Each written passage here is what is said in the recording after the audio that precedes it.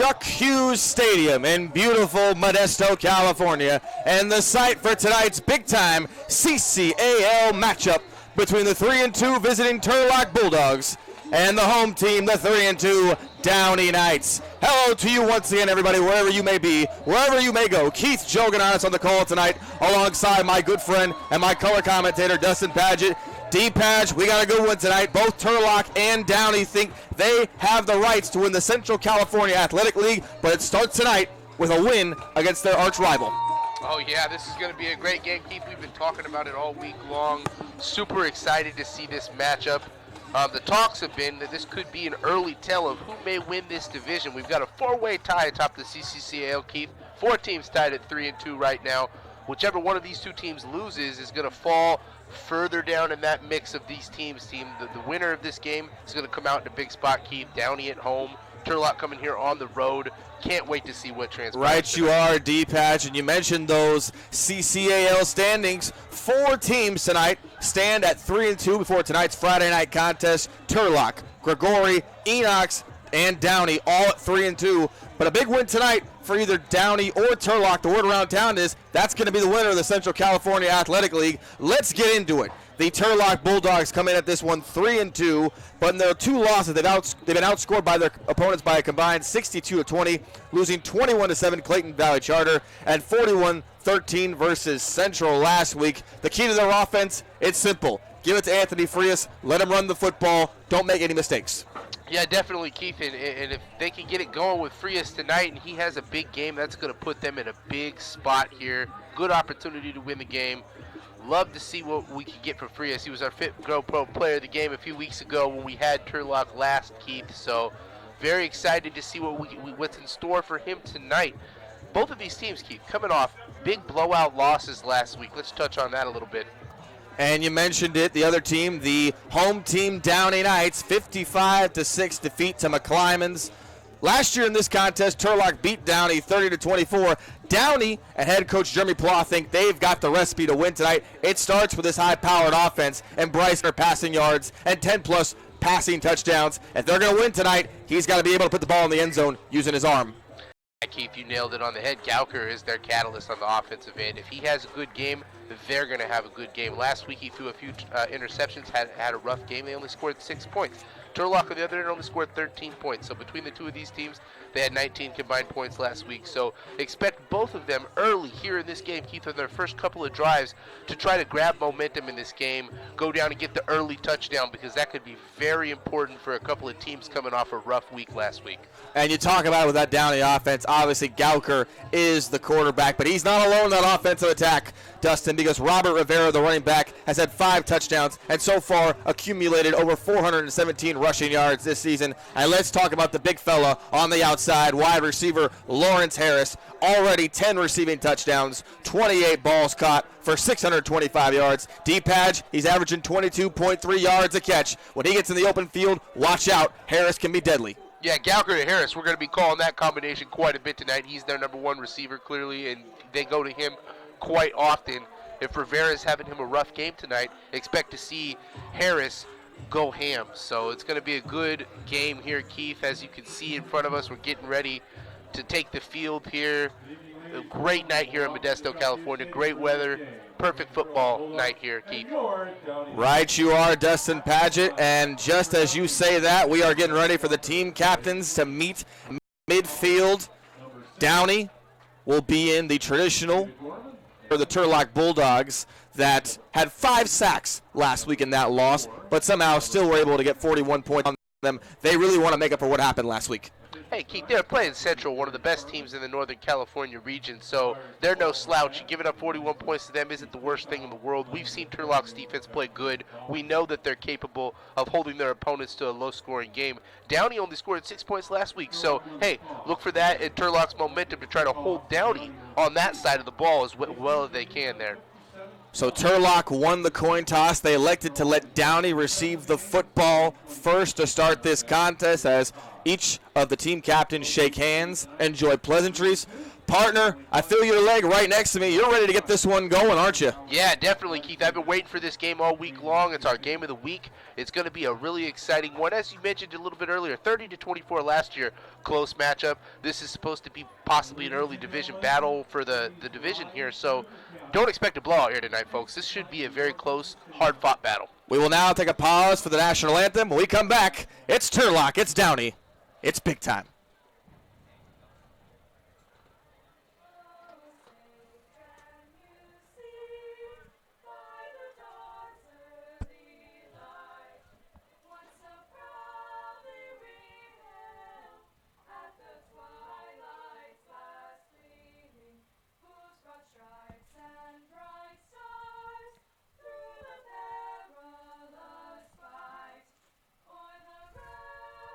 We watched were so gallantly streaming, and the rockets red glare, the bombs bursting in air, gave proof through the night that our flag was still there. Oh, say does that star-spangled banner yet wave o'er the land of the free and the hope of the brave.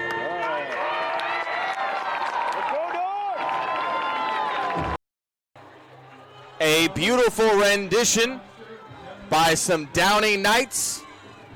And with that, we welcome you back to NorCal Sports TV. The CCAL title Dustin pageant might be on the line tonight. Keith Jogananis, I called your name already. Don't need to reintroduce you again. But partner, what are the keys real quick? What does Downey got to do early on to take advantage of this high-octane crowd that's in their corner tonight? Hey, Downey's at home, so they want to go out and they want to get some big strikes down the field. They want to take the momentum in this game early. They only scored 6 points last week. They never had any momentum in that game. That's something very important for them here to do. They're getting the ball here, Keith. Let's see if they're able to go out and score 7 on their first drive. So Downey's receiving team on this opening kickoff already out there as the refs will convene at midfield. And man, I can just feel the energy miles away. Hello to you once again, NorCal Sports TV. Keith Jogananis, Dustin Paget, we're ready to rock here. It's Turlock and it's Downey. Diego Angel, who made a key field goal when we called Sheldon versus Turlock, will be set to kick this one off. Harris and Rivera back to return the kick. And folks, to put it in perspective, this student section here at Downey High School has been on their feet for the last 20 to 25 minutes. They've been screaming, they've been yelling, it's been nonstop. Got a truck driving by us, Keith, here with a little drum. Angel set to kick this one off. We're going to play football. Let's do it. Angel boots it straight away. Harris will receive it in stride. He'll take it at the 15-yard line. Cuts up the left sideline, and Harris is going to turn the corner. Harris cuts it in, cuts it back. Still going. Lawrence Harris down to the Turlock 30-yard line just to start it right there. And we got a holding call on the return, so that return by Harris is all for naught. But D-Pads, you saw it right there. When Lawrence Harris gets in the open field, he's tough to catch. Oh, yeah, Keith, and he put a move on the kicker there as well at the end and gave him an extra 5 or 10 yards at the end of that run. But as you noticed, the block that sprung him that hole on the outside is what was called for the hold. So without that holding penalty, he may not have gotten that far. So we'll get our first glimpse of this Downey Knights offense. Dustin Paget, they come into this game with 24 total touchdowns, over 120 rushing yards per game, and if you think the running game is good, over 265 receiving yards as well. And here comes Bryce Gauker, number 10, the quarterback for the first time. First down from the Downey 28-yard line. He's going to pitch it to Rivera. And Rivera is met by a slew of Turlock Bulldogs for a gain of about 2 or 3.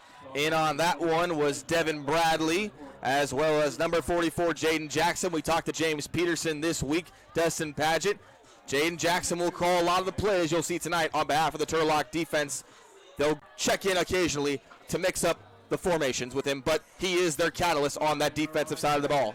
And we can see why, Keith. He smashed him right there, Rivera, to the ground after a short, minimal game. 2nd and long.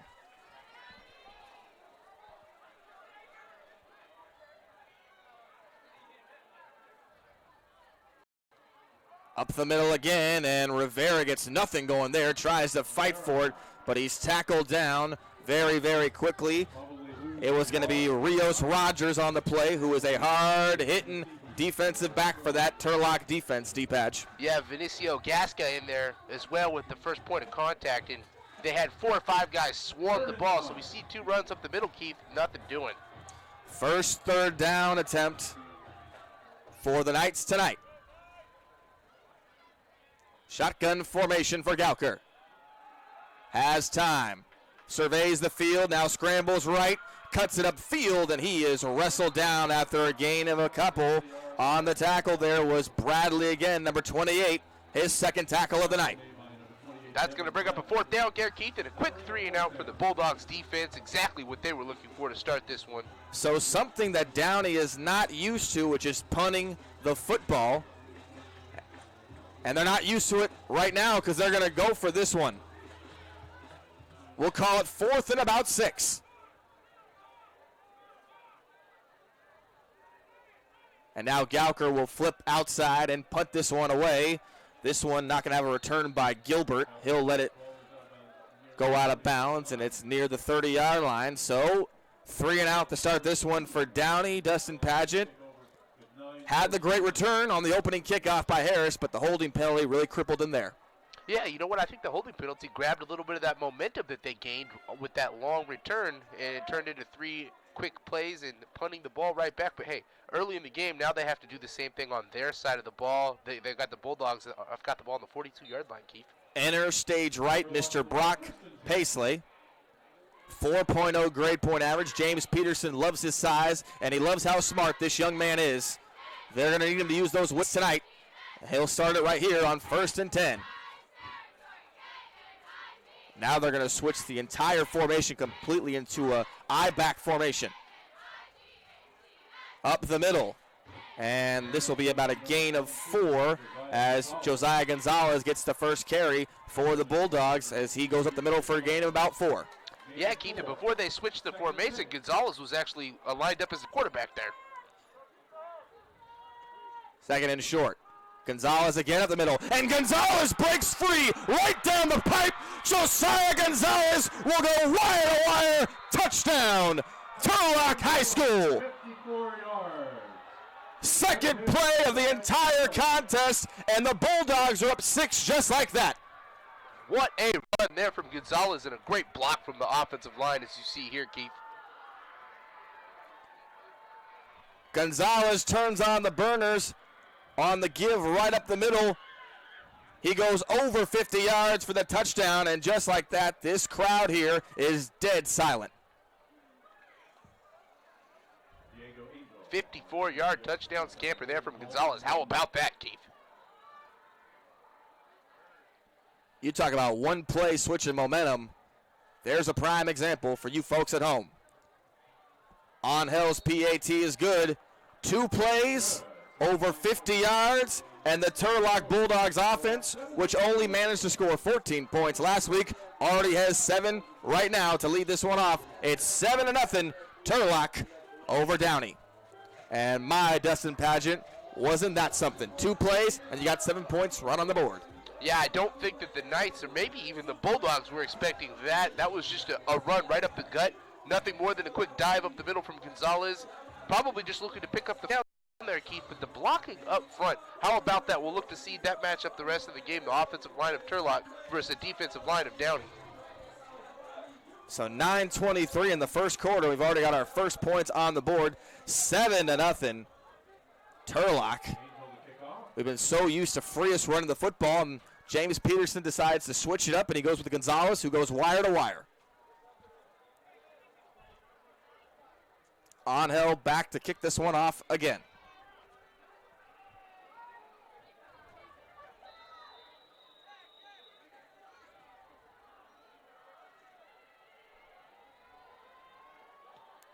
This one's going to be a high lofter. That one is caught and out of bounds as Easterwood will just walk out of bounds. So the first drive for Downey was not very eventful. They went 3 and out. So now Gauker and crew will try to get it back here. That was very interesting. They kept it away from Harris there. They kicked a little pooch kick, give him great field position. But, hey, they're saying we don't want a long touchdown from Harris on that kick return. Well, we'll see what happens here as you talk about this Downey offense. Comes in averaging over 25 points per game. And they will now try to tie this one back up. Unexpected by Turlock, who, yes, they can score points, but they hang their hat on defense and running the football, and they did it to the best of their abilities right there. 3 wideouts to the left to start 1st and 10 here from the Knight 35. I'm going to get a flag on the play. False start on the Knights. The 5-yard setback. Here there, Keith. 5-yard setback, and Downey, a team that does not make a lot of penalties, doesn't make a lot of mistakes. So now the 1st and 15 to start this one from the Knight 29. Gauker will hand it off. Right side as Rivera will go out of bounds after a little scamper there for about a gain of 3. He'll get back to the 35-yard line. So now we are out 2nd and 8 at this point now. 2nd and 9, excuse me. Got all the penalty yards there back, Keith.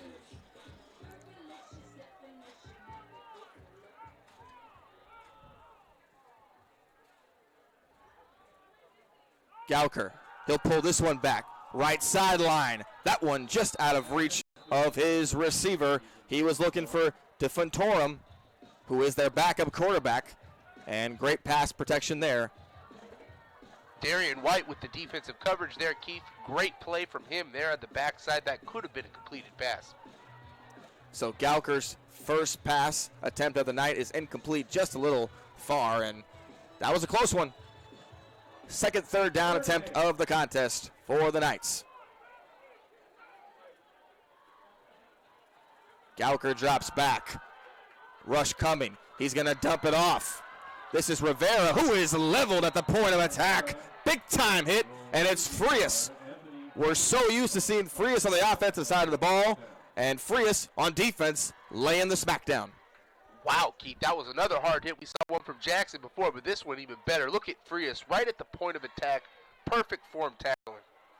And so it's once again 4th down, and to start this contest, Downey's offense just cannot get going. Gauker back to punt. Cade Gilbert, the junior, back to return it.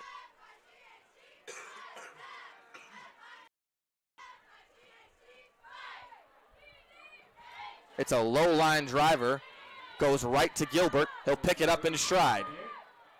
Makes one man miss before being tackled by Xylis Va, the defensive tackle, and it looks like we're going to get a holding penalty on the punt return. Yeah, either that or a block in the back.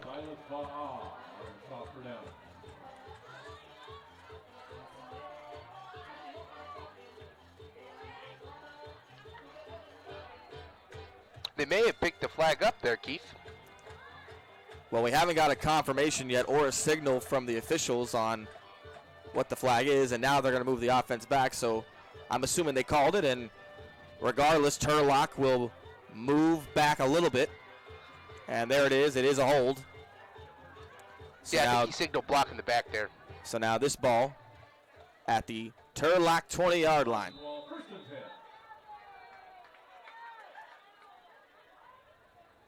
Paisley under center. Hands it up, and a big-time tackle in the backfield.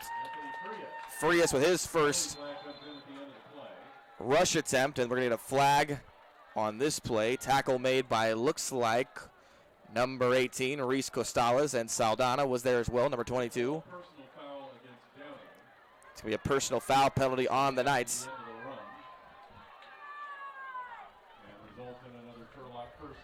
That's a back-breaking penalty there, Keith. They stop him for a 1-yard loss in the backfield, but then you turn around after the play and commit a late hit for 15 yards. So 2 big penalties to start this game. First was the false start on offense on the second drive, and now it's this personal foul penalty and a whole fresh new set of downs for the Bulldogs. Up the middle is Frias again, and he dives right into the pile for a gain of about 2 or 3. He'll get across the 40-yard line. Tackle made there by Navarro, the short safety number 8. So now that Turlock has the lead, they will go to their formula here, which is basically simple: run the football. Yeah, we've seen nothing but runs from them so far, Keith, in their first 2 drives. Frias again. Breaks off one tackle. It's a stiff arm. Now we'll go to the right side. Another stiff arm. Frias still in bounds after he's finally wrestled down. Zamora, number 26, the defensive back, got the last stiff arm but managed to make up ground and tackle him anyways. Regardless, it's a first down for the Bulldogs. Yeah, that was a great play there from Zamora. They might be a little bit short. Nope, first down, you're right, Keith. Wow, 8-yard run on second down there. Frias, with the extra effort, gets that last few yards. So now this ball placed at the Turlock 48-yard line. Anthony Frias, class president at Turlock High School. Talked to James Peterson earlier in the week. He said he's a hard worker. He wasn't this big when he was here last year. Gained some muscle in the weight room. Now he's that much harder to tackle. It's Frias again, right up the middle. Still going.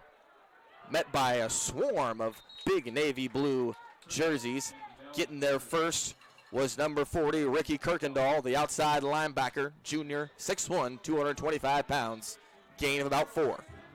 Swarm tackle there. Castalis was in on that one as well. 2nd and 6 now. Turlock in no rush here. This is their formula here as we are at 6:45 left in the first quarter.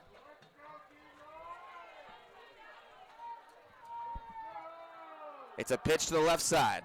Frias breaks another tackle, dives forward. He's going to be close to the first down marker. We'll see where they have it. It's either going to be 3rd and inches or it's going to be 1st and 10. May have to measure this one, Keith. That's yes, right on the line. They're definitely going to have to measure this one. Frias is right at it, and they will say 3rd and inches. So Frias dives, but he can't get it all the way, so 3rd and inches from the Downey 44. It's going to be a quarterback keeper up the middle as Paisley still going forward as he went right over the defensive line, Dustin Paget, for a gain of about 4 or 5. First down, big-time quarterback sneak. Yeah, Keith, you nailed it on the head. Usually on the sneak there, they're only looking to get the first down, maybe a yard. He got about 4 on that play. That was a great push by the offensive line. They've won the battle here in the early going, the offensive line of Turlock versus the defensive line of Downey. Started at the 44-yard line of Downey on 3rd and inches. Now he's at the 38-yard line, and it's 1st and 10. Frias again. Now going to bounce it out to the right side. Goes to the outside, and he cannot find the corner there. Right there was Zamora, number 26, as well as Cortez Rush, number 21. Great job there. Navarro also in on that tackle. We're going to lose some yards there, Keith. 2nd and 14 that'll bring up. Rush with his 2nd total tackle on the year. Let's see if Navarro the Knights can do something on this set of downs here. They need to stop him right here on 2nd and long, Keith. Navarro with his 35th total tackle on the season, and you're right, Dustin Paget. This is a big defensive possession for Downey. Jet sweep to the left. Breaking in is Dalton Lynn, who will get over and back to the line of scrimmage, and right there he was stopped in the trenches by Nathan Acosta, number 53. Yeah, what a tackle that was. If he didn't pull him down right there, Keith, that could have been a huge gain up the middle. Now it's going to bring up 3rd and long, 3rd and 11 here. So the first time we will see this offense for the Bulldogs on 3rd down. And we saw Lynn's number a couple of times against Sheldon. Had that one fumble, but also had that jet sweep that got them in position to bring Frias for that big-time touchdown run. 3rd down. Paisley. Back to pass. Gonna go for it all. He's got a man just outside his fingertips. Flag on the play. He had Lynn, but Lynn and the football just could not match up just outside his fingertips. An eligible receiver downfield is the call on Turlock. So that will negate any possibility of that had been in a touchdown. And Great throw by Pasley, though, just a little outside Lynn's grasp. Regardless, it's 4th down. Yeah, they're on the 34-yard line, Keith, here, 39-yard line. I don't know if they're going to punt it. It's a really short punt to make. They may go for it. We'll see. So now we'll see here on 4th and 11 what Turlock plans on doing. They are going to go for it. So here we go. James Peterson says we got to take some risks early on in this ball game. That one is caught. It's nowhere near the first down, but turning the corner is going to be number 7, Miguel Pena, and Pena with a big-time 4th down conversion. It looked like Pena was going to be not even close to the first down marker. He turns the corner off a broken tackle. Fresh new set of downs. That is a killer for Downey. Yeah, that was a missed tackle there. On a 4th and 11, it was a head-scratcher off the throw because it was only a 4-yard pass, and you're wondering why they didn't throw the ball further down the field. Well, that's why, because they knew Pena has some open field ability, and wow, what a job to break that tackle there. That's a killer for the Downey Knights, Keith. That is not going to make head coach Jeremy Plow of the Knights happy. You went from 4th and 11 to a fresh new set of downs, and now Turlock knocking on the door of Downey's end zone. It's a rollout to the right. Pasley trying to rush. Throws it, incomplete, and delivering a big hit as that pass was coming in was Patrick Harmon. That pass incomplete, and charging in on Paisley on the right side was Amiel Avalos, the defensive back. And we're going to get a pass interference call on Downey. So, regardless, it is another penalty that is just crippling Downey on this drive. Yeah, Keith, I mean, now that's going to bring up 1st and goal. Back-to-back huge penalties. There's not much else to say about that other than the Knights have to shore up the penalties, Keith. We are officially under 4 minutes in the first quarter. 7-0 Turlock. And they are knocking on the doorstep of Downey's end zone. I-back formation here. Frias, the lone back. Play action fake. Throw to the right side. That one is high and over the head of the intended receiver, Cade Gilbert. 2nd and goal now. No completed passes here yet for Paisley until that 4th down play. And you know what? You wonder why they didn't go to a run on 1st and 10. You know, they've won the battle so far on the trenches. So see if they can go back to the run here on 2nd down, Keith. Likely the adrenaline is flowing through Pasley's veins here.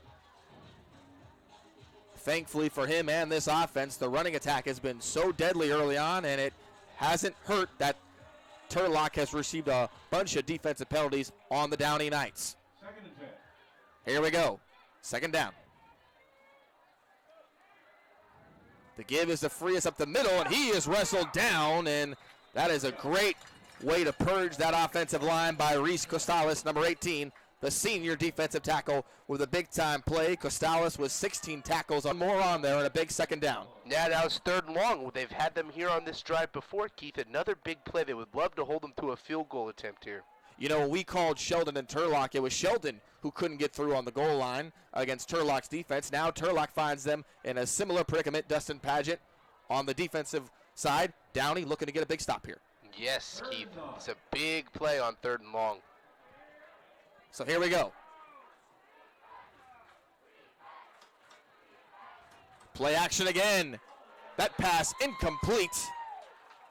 Great defensive pass breakup there by Navarro, number 8, and it'll be 4th down. Almost intercepted there, Keith. I think he's kind of kicking himself that he wasn't able to pull that one in. So, a couple of play actions down there at the goal line that cannot result in a touchdown, and so now they'll call on Angel to kick this field goal.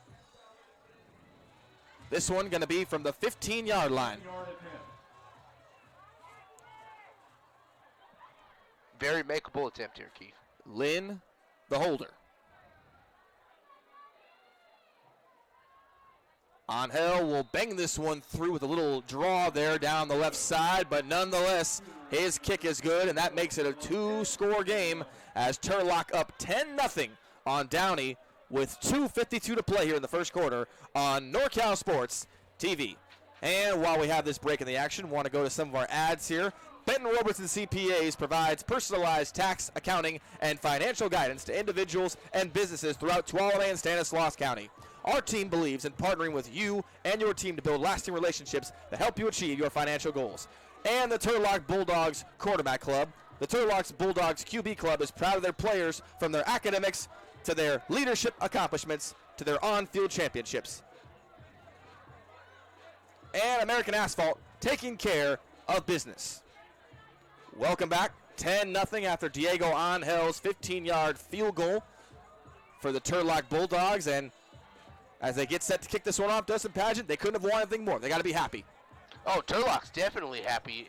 Downey, on the other hand, Keith, with that big fourth down conversion and a couple penalties on that drive, are kicking themselves because there should have been no points given up, and they did only give up 3, so they can take a little solace from the fact that they stopped them at the end of that drive. And we're going to get a stoppage here on the kickoff as Angel falls down. So do they call that dead on the spot there, Keith? I've never seen that before. He fell down before he kicked it. Well, it looks like that one of their guys on special teams moved ahead of time on the kickoff team, so they'll have to move this one back. 5-yard penalty, and you usually don't see that, Dustin Pageant, because the kicker moves before anyone else on the line moves. Yeah, Keith, that's not something you're going to see too often on the kickoff attempt, let alone having the kicker fall down on his butt on that one. He might have just slipped a little bit. Maybe there was a wet spot in the field. Well, when it comes to Downey and Turlock, we knew one thing. As you talked to everybody in the local papers and businesses, barbershops, things of that nature, they said expect the unexpected. So now this kick will take place from the 35-yard line of Turlock. Angel gets set to do this one again. It's another high one, and that'll be fair caught at the Downey 40-yard line, as Easterwood will have no return there. And it's clear, after that opening kick where Harris returned it about 60 yards, they've decided their game plan on the kickoffs is now to make that little pooch kick. And, you know, we'll see how it works out. They're trusting their defense, but you're giving up really good field position every time when you're doing that. The last time it was at about the 34. Now you're out to the 40-yard line immediately. So now this drive for the Knights will start at their own 40-yard line, the best field position to start a drive so far in this contest for the Knights of Downey High School. Goucher and company line up in a shotgun formation, 3 wideouts to the left. Defense coming. Fires a bullet right over the middle as that one caught near the 50-yard line by Paul Rowe, the senior wide receiver. Right there to make the stop was Gilbert, as well as a couple of other players for Turlock, including Michael Fram, number 52. And he's going to get a personal foul for a hit to the helmet there, Keith, on that tackle. And I like to see that call at the high school level. We know in the NFL we're going to see that, but at the high school level, that's not necessarily something they're going to call. So it was a good tackle, but you got to be careful when you hit him with the helmet. Well, as you know, in the game of football, the rules as far as helmet-to-helmet contact, they are not playing around at the Pee-wee, freshman, Pop Warner, whatever you want to call it. Helmet-to-helmet is starting to get outlawed in the game of football, and now that pushes the ball to the Turlock 35. 1st and 10. Up the middle. And this is going to be a run by Rivera that is limited. Gain about 1. Rios Rogers on the tackle, as well as number 44, Jaden Jackson. Yeah, great job on the defensive front there. Good job from Rogers on the point of attack, and it's going to be just a minimal gain of 2. 3 wideouts to the left, 2 to the right for the Knights. 2nd and 9. Play action. Gonna go for it all down the field. It's caught. Touchdown. Downey High School. Joseph Easterwood. And they're gonna say no touchdown. He's at the 1-yard line. But nonetheless, it's a gain of 34 as Easterwood is down there at the goal line, literally at the Turlock 1-yard line. That was a close one. He was arguing that a bit too. He said, hey, wait a minute, I'm in the end zone here, but they're not going to give it to him. So now it'll be 1st and goal from the yard line. This is a defense that bends but doesn't break. They're going to have to bend all right to avoid 7 points. And we saw this similar earlier versus Sheldon when they were on the 1, Keith. Remember that. They didn't score on Turlock. They're going to send Harris out to the right side. Up the middle. And breaking 1 tackle is going to be Rivera as he gets close but no cigar, and so it'll be 2nd and goal now. Actually going to lose about 1.5 yards there, Keith. Great job on the front there, beating the line. Gets him down about 1 yard in the backfield. Now it's going to be 2nd and goal on about the 3-yard line, Keith. So now we will see if Downey can punch it in here on 2nd and goal. Empty backfield besides Rivera. Gauker back to pass. Fires it middle. Inside. Touchdown. Downey High School. Paul Rowe, the senior, with a big-time grab. And boy, that one have some zip on it, Dustin Padgett. Oh, what a throw that was, but that play was keyed by the blitz call there from the Turlock Bulldogs. They decide to blitz their linebacker there, and that was exactly who would have been guarding Rowe. And once that blitz happened, he saw Rowe wide open and fires it in for the touchdown.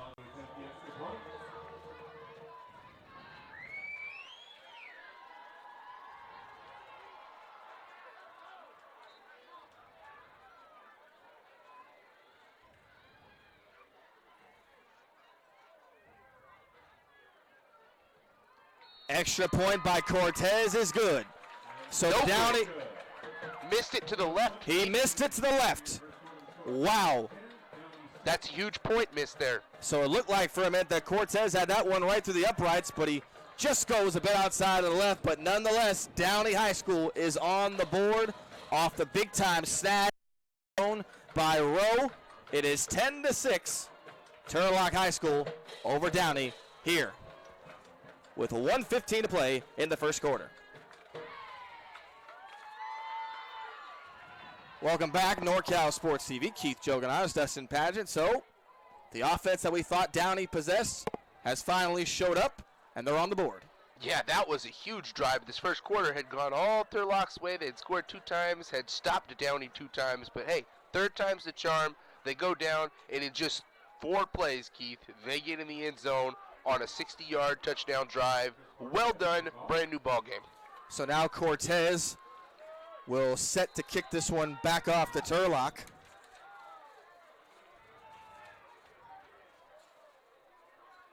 It's going to be an onside kick, and that one is grabbed with great hands by Coyote Giwa. On second thought, it looks like Downey might have got it. We'll wait to see.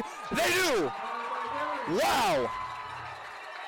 He dropped it there, Keith. It was right in his bread basket, but Giwa is trying to argue with the refs that he had it. He was down, and we're going to get a little conference here.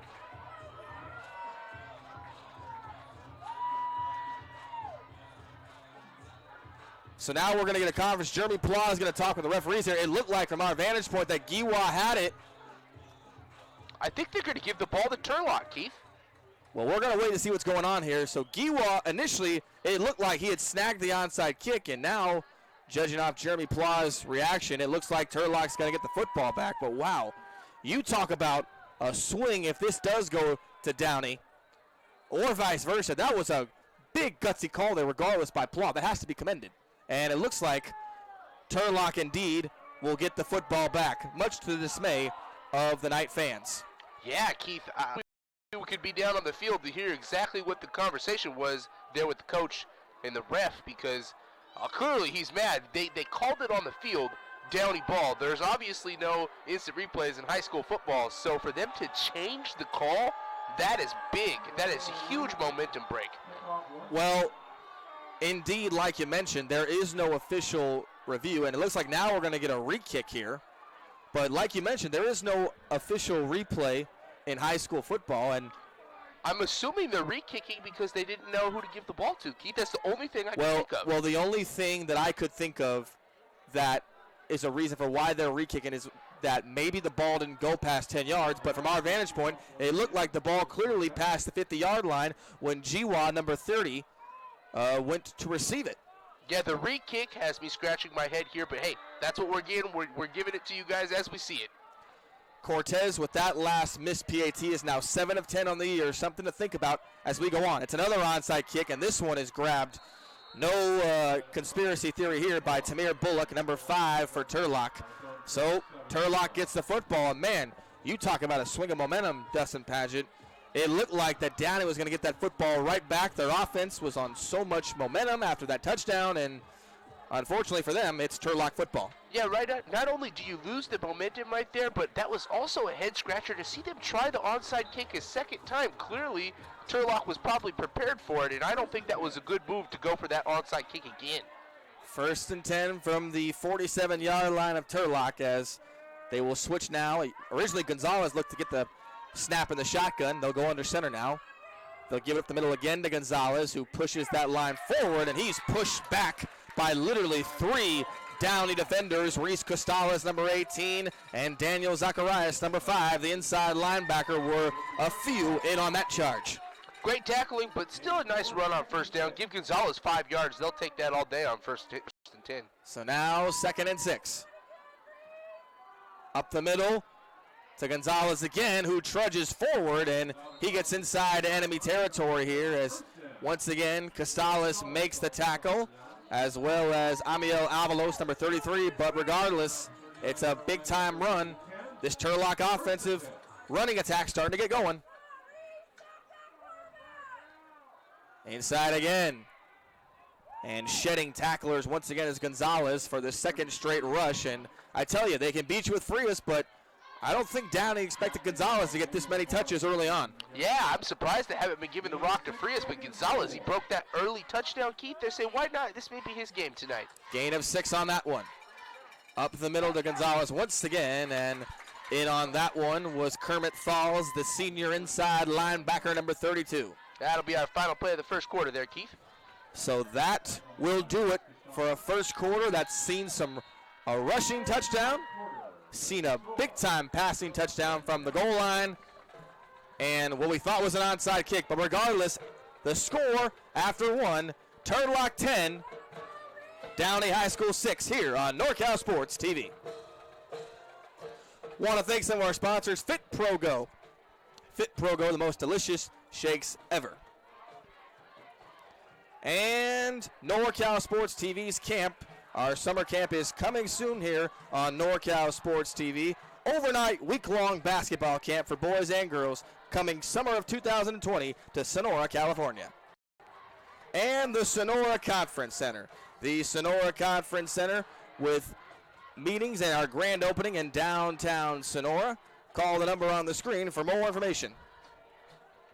And Chicken Ranch Casino. The football game of the week is sponsored by Chicken Ranch Casino in Jamestown, offering tables, games, bingo, the Ranch House Restaurant, smoke-free gaming, and more. Chicken Ranch Casino is proudly owned by Chicken Ranch Rancheria of Miwok Indians of California. Visit chickenranchcasino.com for more information. Welcome back. Keith Jogananis, Dustin Pageant. After 1. And you talked about Dustin Pageant, 10-6 Turlock here, and they're continuing to drive, but now it's 3rd and 3. Up the middle, it looks like they've got it, and then some. As making the rush there for Turlock is Oscar Cruz, number 24, as Cruz plunges forward there, and my apologies, actually Gonzalez there, number 22, on the rush. Fresh new set of downs for Turlock. They continue to drive and march forward. Gonzalez couldn't find anything up the middle as he was met by number 40, Ricky Kirkendall. We've called his names a couple of times here tonight. Yeah, Avalos in there on that tackle as well, Keith. And you know what? Downey should be expecting that right now. Turlock's main play has been running the ball right up the middle, and their offensive line has been winning the battle. But for Downey, all you got to do is crowd the box. You got to make Paisley throw the ball down the field and complete a deep ball. Otherwise, they're going to continue to run the ball right up the gut. I loved what they did on that last play. Let's see what they do here again. You should be expecting Turlock to do something similar, run the ball right up the middle. So 2nd down now as Turlock looks to get settled here. I-back formation. Now they'll hand it off to Lynn. As Lynn turns the corner, still going for about a gain of about 5 there. Dalton Lynn, the speedy wide receiver. They use him in a slew of formations, Dustin Pageant. Jet sweeps, sometimes with the middle. We've even seen him line up at quarterback this year. Yes, great Gorman, because if he didn't get there, that might have been a first down on the corner. Now you got yourself in a 3rd and 6. This is a good spot for the Downey Knights. You're assuming they're probably going to throw the ball here, and that definitely is not their preference. They'd rather be running. 3rd and 5 from the Downey 19. Paisley avoids the rush, fires it right side, and down to the goal line. It's going to be Cruz, the tight end, number 85, who is shaken up a little bit. But nonetheless, a big-time grab by Cruz, and Wow, you mentioned it, Dustin Padgett. We've heard Cruz's name a couple times this season. Look at this play action. This is an absolutely amazing catch. He got plastered there, and that was a totally legal hit, low level with the shoulders. Nothing wrong about that hit, but he got hit hard, Keith, and he's, hobbling over there. But you know what? He's going to remember that later because he held on to the ball on that huge third down conversion that's going to put him on the goal line for a first and goal on about the 2-yard line, Keith. Great play from Cruz. Ball placed at the 5-yard line here is a big-time pass on the 14-yard completion by Cruz. First and goal for Turlock now. Downey looking to hold them off here to avoid giving up 6 points. They're going to go up the middle as being met at the line is Gonzalez, and a big-time stuff there. Nothing gained on that one as Gorman, the middle linebacker, came right through the middle, and he found Gonzalez. Yeah, Avalos again was in on that tackle with Gorman, and I'm telling you, Keith, they're really doing a good job of tackling. We've seen that all game long. On the last play that Cruz got hit, he got tackled real well. Gorman leads the team in tackles for Downey, 45 on the year. Second and goal.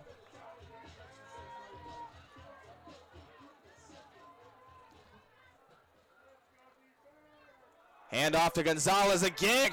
Go anywhere. And a big-time play, this time by the defensive end, the senior, Mr. Clayton Hall. And we got a flag on this play here. So we'll wait and see what this is about. But for the time being, Hall once again pushes Gonzalez back, and it looks to be it's going to be on Turlock. Holding. Personal foul. And a personal foul. Play, Keith. Wow. And that is a killer.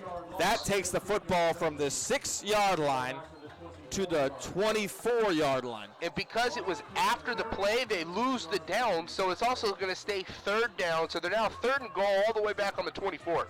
So now, if you're James Peterson and Turlock, you've got to throw the football, and you have not had success so far. Let's see if they can have some success here in a big-time third and goal attempt. Passley drops back, looks left, gonna fade it to the corner. That ball is caught in stride. It's a touchdown. Holden Baldwin. What a throw by Brock Paisley. What a completion and what a momentum swinging play as Passley finds Baldwin on the left side. Holy guacamole. Wow, Keith, on third and goal on the 24, you can't give that up if you're the Downey Knights defense. It's a one-on-one coverage. There was no safety back there, and Paisley just dropped it right over the quarterback's shoulders. Perfect pass there from Paisley. How about that? Touchdown, Bulldogs. You see it right here on the replay. It literally was in a breadbasket, dropped in from Brock Paisley. Onhel's extra point is good, and we talked about it. It is now 17-6. The personal foul penalty, no problem. Brock Paisley says, I'll show you what I can do with the arm. And a big-time pass play from 24 yards out now extends the Turlock lead to 11. Yeah, we're going to be marking that play down in the memory bank for the rest of this game as it progresses, Keith, and we'll look back if Turlock comes out on top. And that play right there may have been the play of the game, because on a third goal on the 24, you're assuming you're not going to score a touchdown. Downey Knights, you wonder, Keith, why weren't they playing more men in the backfield? Why weren't they playing 3 guys in the secondary? And while we have this break, we're going to mention some of our sponsors here. Benton Roberson CPA, serving Stanislaus and Tuolumne counties. American Asphalt, taking care of business. And FitPro GO, who will be our FitPro GO player of the game? Stay tuned to find out. Welcome back. Brock Paisley, 24-yard touchdown pass to Holden Baldwin in the left corner of the end zone. Makes it 17-6, Bulldogs over the Knights here at the 9:08 mark of the second quarter. This one is going to be returned, courtesy of Rivera. Rivera is still on his feet, shedding multitude of tacklers, and he is finally taken down around the 22-yard line.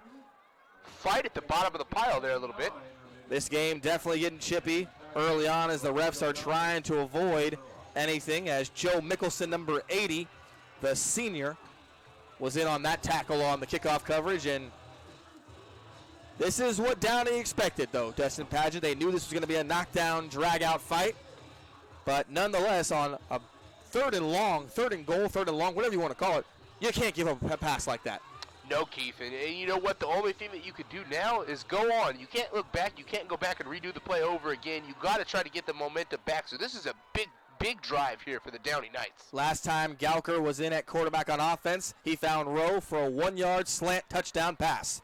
He'll hand it up the middle. This one will be a gain of about 4 or 5 by Rivera. In on the tackle there, it looks to be number 25, Preston Roberts. Number 11, Ashton Backham was in there as well. Yes, and we had Bacchus there a little shaken up, but he seems to be okay. Shook it off, and he's going to stay on the field.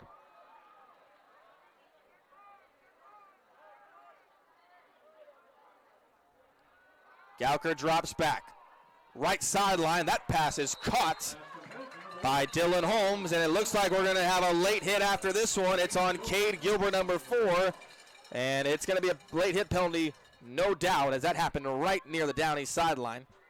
A bang-bang play there, but regardless, Gilbert gets flagged for the late hit. And you know what, Keith, you called it just a second ago. This game is turning chippy, as you would expect in a division battle like this. And the refs, as you can see with that call there, which was a 50-50 ball, it might have been close to being still in bounds, but they're not going to let this game get out of hand. That's the 3rd personal foul penalty we've seen called here already in just a quarter and a half of play. Expect them to keep this game in wraps. Even more importantly, that ball now gets placed at the Turlock 46-yard line off the late hit by Gilbert. Pitch to the left. Rivera, turn in the corner.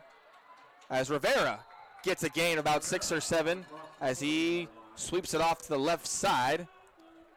In on that play was Jaden Jackson, number 24, as well as Preston Roberts, number 25. So now Downey's offense starting to get going a little bit, Dustin Paget. Yeah, that was a well-designed run there, Keith. They had a pitch, and they had the left guard pulling it out and blocking out there.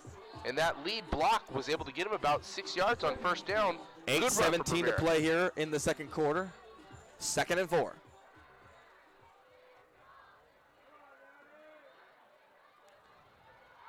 Gauker gives it off this time, but there's nothing doing there on the give to Rivera up the middle. Jacob Masihi with the tackle, number 59. Yep, on that tackle, and that was huge. They stop him in the backfield for a 1-yard loss. It brings up a huge 3rd and 6 here, Keith. So now, like you just mentioned, this is a big 3rd down play in enemy territory for the Knights. You're down 11. You cannot afford to get down that many points going forward here, knowing Turlock's momentum on offense. Rush coming. Gauker wants it all left side. Overthrown, but it's going to be a flag, and it's likely going to be a defensive pass interference penalty. Definitely, Keith. That was an easy call to make there for the official. What's even worse is that is way down there near the 20-yard line. And it's likely going to be on number 32, Tyron Montgomery. Luckily for them, for the Bulldogs defense, this is high school rules, so it's only a 15-yard penalty, not a spot foul. So, like you mentioned, a 15-yard penalty. But nonetheless, a fresh new set of downs for Downey. And early on, name of the game, penalties for both teams. Yep.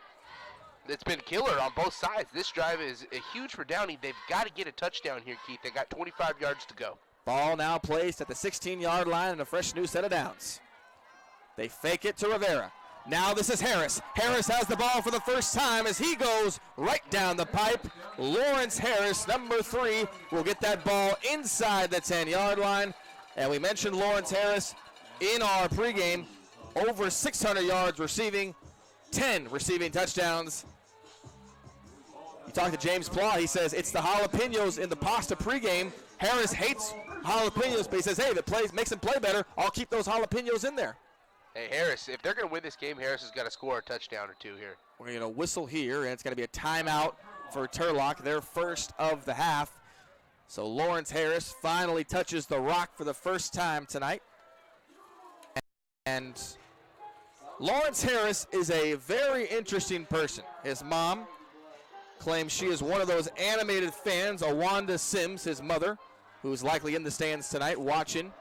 Loves watching her son play football, and the people here at Downey High School sure love watching him play football too, Dustin Paget. When you've got over 600 receiving yards and 28 catches and 10 of those are for touchdowns, how could you not? Yeah, exactly, Keith. I mean, for a parent, I mean, you got to love coming out to the game. You know your son's going to come out and make some big plays. I mean, that's got to be exciting for Wanda. So, like we mentioned, it was 3rd down. Gauker tried to hit his man down the left side, overthrew him, but a defensive pass interference on Montgomery, and then Harris puts the ball at the 9-yard line. 1st and goal, Keith, and like I said, huge drive here from Downey, and they've done everything they've needed to do up to this point. Let's see if they can finish it off with 7. Knights with the ball, 1st and goal. 7-18. Gauker back to pass. Now dumps it right side. Rivera's got it but cannot stay in bounds, and that's a killer because he had nothing but open field in front of him. He could have likely walked in for the touchdown. Yeah, they'll get some positive yards there, bring up 2nd down, Keith, and, you know, they're still in an okay position here. You got 2 more plays at least to get into the end zone. Even worse, it's a loss of 3 on the swing pass to Rivera outside in the flat. So now Downey going to try to move forward and try to get this ball in the end zone once again, just like they did on the last drive. Gauker rolls out, makes one man miss, still going, going to take it himself, out of bounds at about what looks to be the 5 or 4 yard line. Bryce Gauker. We know what he can do with his hands, and now we see what he can do with his legs as he evaded a bunch of Bulldogs defensive linemen on that one. And you know what, Keith, it seemed like immediately after he went through his progressions that he realized he was going to run the rock there. He saw that he had some open field, and I like that from a quarterback who has some wheels. They have the intuitiveness to be able to know when to run. 3rd and goal. Rivera on the swing route. He's in. Touchdown. Downey High School. Rob Rivera on the flat catch, and he gets it into the end zone. What a well-designed play call there on 3rd and goal there, Keith. Instead of trying to throw the ball down the end zone, they go for a little flat pass. They didn't throw it in the end zone, but they gave Rivera plenty of room to run it in. Well-called play as we see the replay here, Keith. Great play by Gauker there to avoid the rush and be patient, and he found Rivera this time on the swing pass that results in 6. Corey Rogers with a huge block on the offensive line to spring Rivera for the touchdown there. You know, we don't get to call the offensive linemen's names too often here, so good job there from Rogers. So now it looks like Paw and the Knights will go for 2. Cortez missed the PAT on the first touchdown. So now they go for 2 to make this a 3-point ball game. Gauker drops back, looking for somebody, scrambles left, throws it, and it's caught left side. What a snag. It's Paul Rowe again with another clutch catch. Wow there, Keith, that play didn't look like it was developing very good for the Knights. He was running around, scrambling in the pocket, found Rowe in the corner. That is huge 2-point conversion there, makes up for that mixed extra point. We'll see the replay here.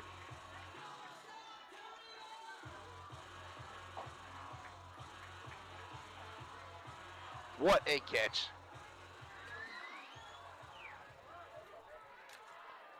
So Rowe with his second clutch catch of the half alone.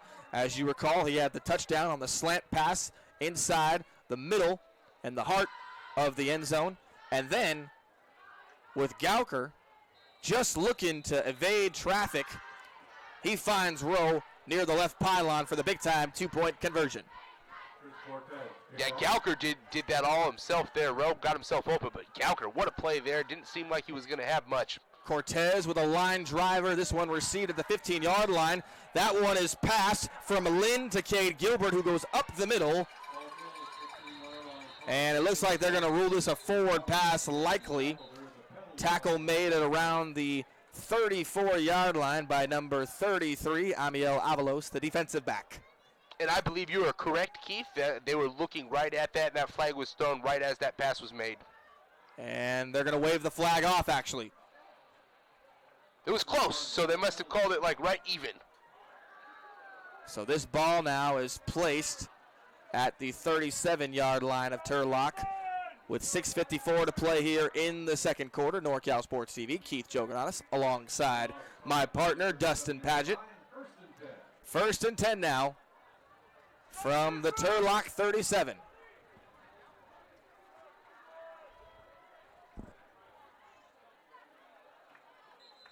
And we're going to get a whistle here, and it's going to be a false start on Turlock. Left 5-yard penalty. Illegal procedure call against Turlock. And that's bound to happen, Keith, when you have so much action before the snap. Turlock, as we've seen, they've mixed up their formations. They'll run the guys in, and sometimes that's going to lead to a few false start penalties. So now this ball we placed at the Bulldog 32-yard line. First and 15. First and 15 now for Turlock. And that pass is batted down as it was a fake up the middle as Pasley, who could not get that one off. He was faced with the hands of Ricky Kirkendall, the 6'1" outside linebacker. Yeah, what a play there. Bring up a second down and a mile here, but hey, we've seen Turlock complete some of these balls before. So now it'll be 2nd and 15. 2nd and 15. And this Downey defense is starting to come along, Dustin Padgett. Yeah, really grabbed some momentum back there. Keep that last drive. They needed 7, they got it. Up the middle, this is going to be Lynn, who is tackled immediately after getting about 1 or 2.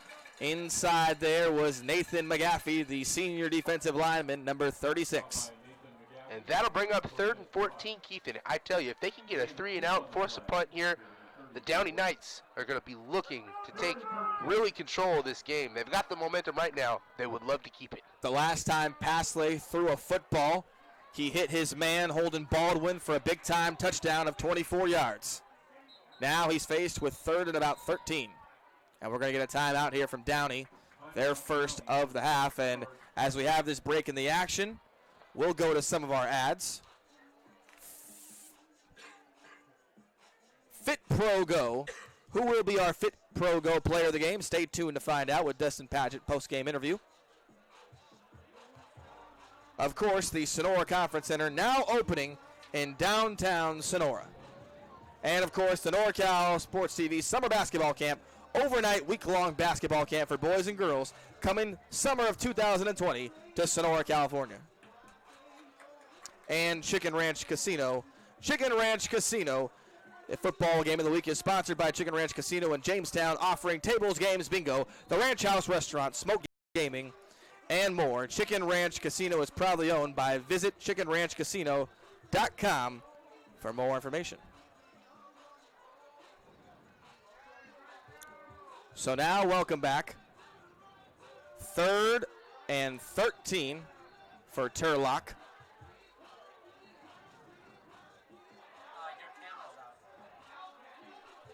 So now it is 3rd and 13. 3rd and 13. Paisley in the shotgun. Has time. Left sideline. That pass is completed right at the sticks. It's caught by Baldwin once again. And he is, for the time being, looks like he's going to get the first down, and he will. That will be enough for a Turlock. First down, gain of 14 out to the 48-yard line. So another big-time gain, and once again on a 3rd and long, Downey cannot get off the field. Bulldogs first and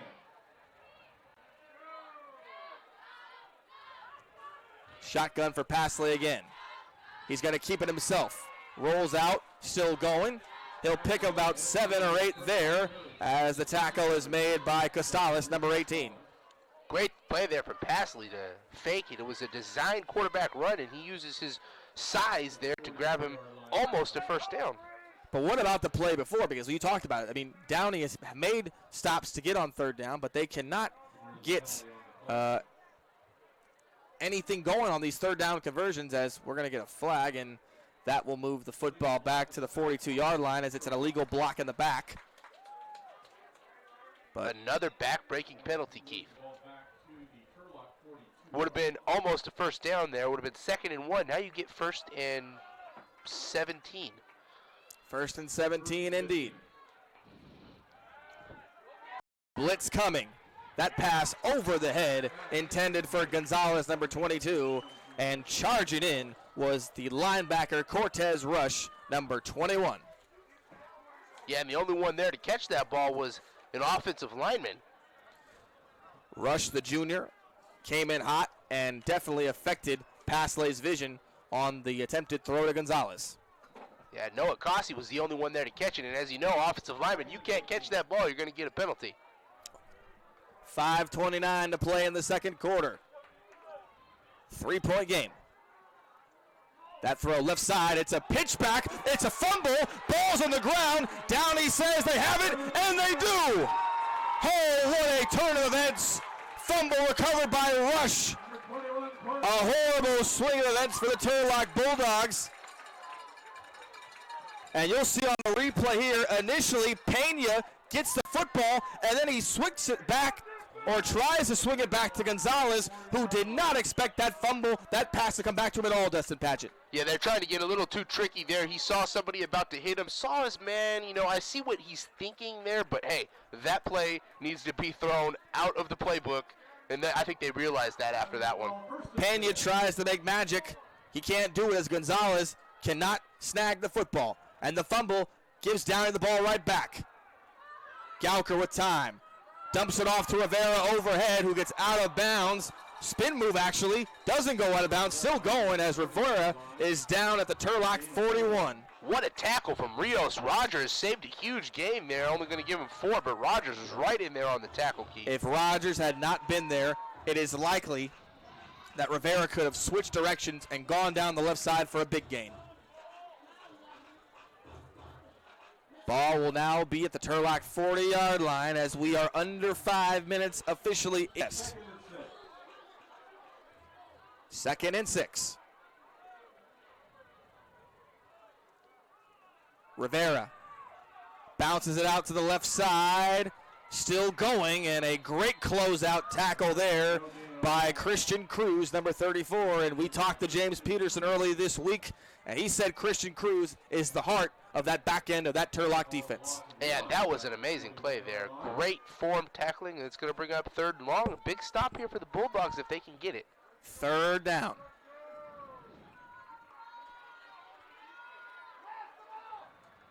Third and 7. Can the Knights convert this 3rd and down and keep the chains moving?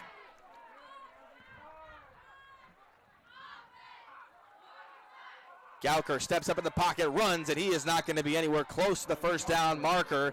And that was a great job there by number 9, Ryan Birch, who came in hot and got the stop. And Rios Rogers, we talked about it, he was right there to back up his buddy. Yeah, now you're in kind of no man's land as far as punt goes, so you may see them go for this on 4th down. You're on the 43, so they could pooch punt it. We'll see. You talk about this Turlock defensive line, had 7 sacks in the loss last week. And that pressure is starting to come through as Goucher backs up. It's a fake. Goucher going to throw the right. Rivera's got it, but he isn't anywhere close to the 1st down marker. It does not pay off. Tackle made by Jiwa. And we got a player down on the field as it looks to be Jiwa who is shaken up, who made a big-time tackle, but we will wait to see on him. But nonetheless, the fake punt does not go anywhere as Rivera was not going to be anywhere close to the 1st down marker. You know, Keith, we've seen quite a few head scratchers here in the first half on both sides of the ball, play calling wise. You know, I'm not really sure what Gauker was looking at there with that throw. You know, like you said, he didn't give his guy a chance to get the 1st down. So we will wait to check on Jiwa. We hope that he is all right. In the meantime, we'll field some ads here from our sponsors. The Turlock Quarterback Club, the Turlock Bulldogs Quarterback Club, is proud of their players, from their academics, their leadership accomplishments, to their on-field championships. We would like to thank our community's businesses, individuals, alumni, and families for all their financial support for all of our football teams. Please join us at Late Tiffs every Saturday morning at 8 o'clock a.m. after every football game. You can hear from the players themselves, from all 3 teams, and their coaches. Benton Roberson CPAs. Benton Roberson CPAs provides personalized tax, accounting, and financial guidance to individuals and businesses throughout Tuolumne and Stanislaus County. Our team believes in partnering with you and your team to build lasting relationships that help you achieve your financial goals. Give us a call today and experience the Benton Roberson difference. We look forward to hearing from you. Welcome back as Jiwa is able to get up, and he likely, as he does, walks off on his own power, and that's good to see Dustin Pageant. And he made a big-time tackle there on the fake punt by the Knights that went nowhere. So the Knights now, we've seen in the first half, an onside kick and a fake punt pass, but nonetheless, turnover on downs, and now Turlock will have the football at their own 45-yard line to start this drive. Yeah, we've seen just about everything so far in this game, Keith. I'm curious to see what the second half has in store for us. We've got us a close game, 17-14 right now, exactly what we expected. Downey came into this football game averaging over 250 yards receiving. Bulldogs first and 10. They aren't even anywhere close to 120 yards right now. First down, it's a give up the middle to Gonzalez, who's still going as he meets the second stage of the defense, and he gets about 9 yards on that one. Tackle made. Zamora was in on it, as well as Costales, number 18, and number 36, Nathan McGaffey. Gonzalez looks real good here so far, Keith, in this first half. He's nearing the 100-yard marker. 2nd and 2 here. Another I-back formation, this time under center, is Pasley. Gonzalez, again, as he trudges forward, he gets very, very close. That first down marker, we'll see where they'll spot this football as Gorman, the middle linebacker, made the stop. And they're going to place this one at the, what looks to be, the 46-yard line of Downey. It'll be 3rd and inches.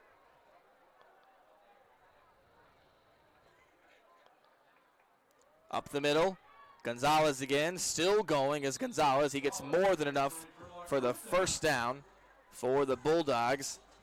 That tackle made by number 32, Kermit Falls, the inside linebacker.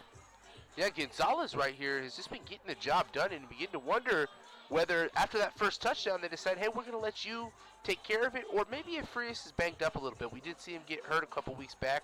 Wondering where he's at running-wise here tonight, Keith. We've only seen one carry from him. Bulldogs first and 10. This ball placed at the 43-yard line. They'll go up the middle, and this time, breaking a slew of tackles on his way inside the 20-yard line is Mr. Dalton Lynn.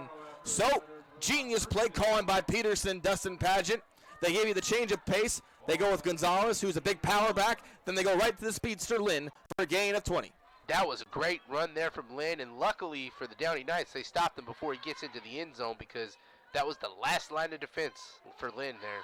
This ball now inside the 20-yard line. Bulldogs first and 10. Under 2 minutes to play, 1:35. Up the middle, they go right back to Gonzalez. Gonzalez breaks one tackle. He sends another player with him, and he's inside the 10-yard line. Tackle made by Connor Figgins. Yeah, that was game-saving tackle again. Back-to-back plays there. It looked like it would have been a touchdown run, but the last line of defense was able to stop it. But it's going to bring up 1st and goal here, Keith. 1:20 to play. Turlock looking to add one final touchdown before the first half ends. Gonzalez met by a wall defender. Still going is Gonzalez as he turned the corner. Touchdown, Turlock Bulldogs. Holy guacamole. It looked like Gonzalez was met at the line of scrimmage. He spun around and he put it in for 6. Navarro missed that tackle there, Keith. Looked like he was not only stopped at the line, but maybe going to lose a yard or two here. Was completely wrapped up and spins out of it on the replay. Wow is all you can say. A team that didn't score more than 15 points last week, at the moment, pending the PAT by Angel, has 23 in the first half.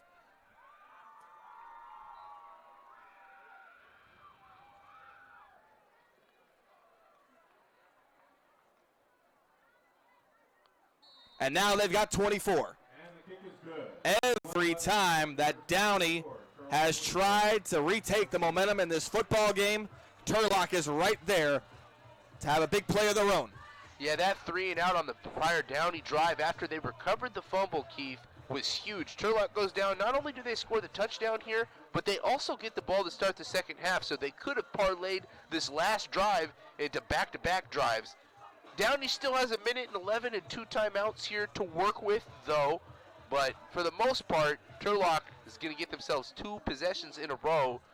And Keith, if they can come out in the third quarter and score a quick touchdown, they'll be up by 17 points. So, the great play by Gonzalez, and I'll get to Gonzalez in a minute once we get this kickoff, because the dynamics of what's taking place right now, Dustin Pageant, are very surreal. And I'll get to that in a minute. I'll let you think about what I'm about, thinking about what I'm going to relay to you in a minute. But Angel set to kick this one off here with 1 minute and 11 seconds to go in the first half.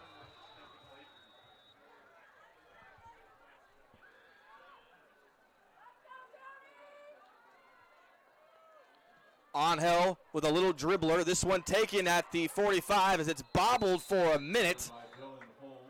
And then Holmes, number 1, finally is able to just fall on top of it, as that is where Downey will start the drive. And that's pretty good field position considering what could have taken place. But that's what we said. 4 drives in a row we've seen from Angel. The kickoff, they are not kicking the ball deep to Harris. They said, no way, no how. The rest of the game, I can mark my words, they're not going to do that again. They're either squibbing it or pooching it.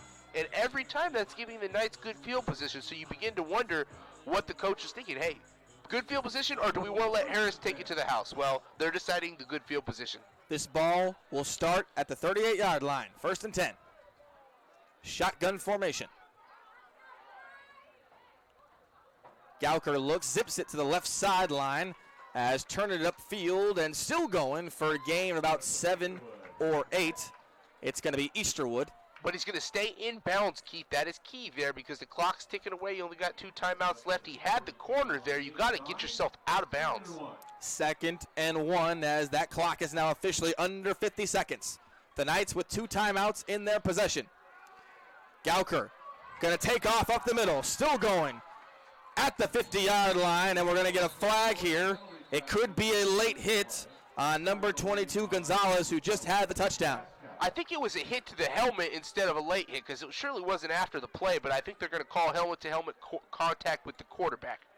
Well, I kind of say that because I thought Gonzalez came in a little late, but nonetheless, it looks like it's going to be on Turlock here. We'll wait and see to get the official call.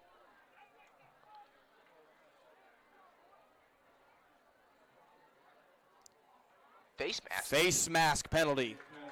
And we did not expect that one out of all the penalties you could have thought. But nonetheless, that gives Downey a break because for the time being, it stops the clock and it moves that football forward to the 44-yard line of Turlock. That was only the 5-yard variety. I haven't seen the 5-yard face mask variety called in a long time because the NFL removed that a while back. 36 seconds. Clock continues to run. Gauker drops way back, looking for somebody. Now going to throw it middle.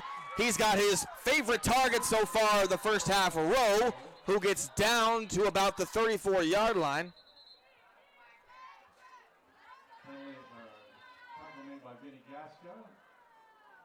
Gasco makes the tackle. We're waiting to see what the ruling is here with the whistle.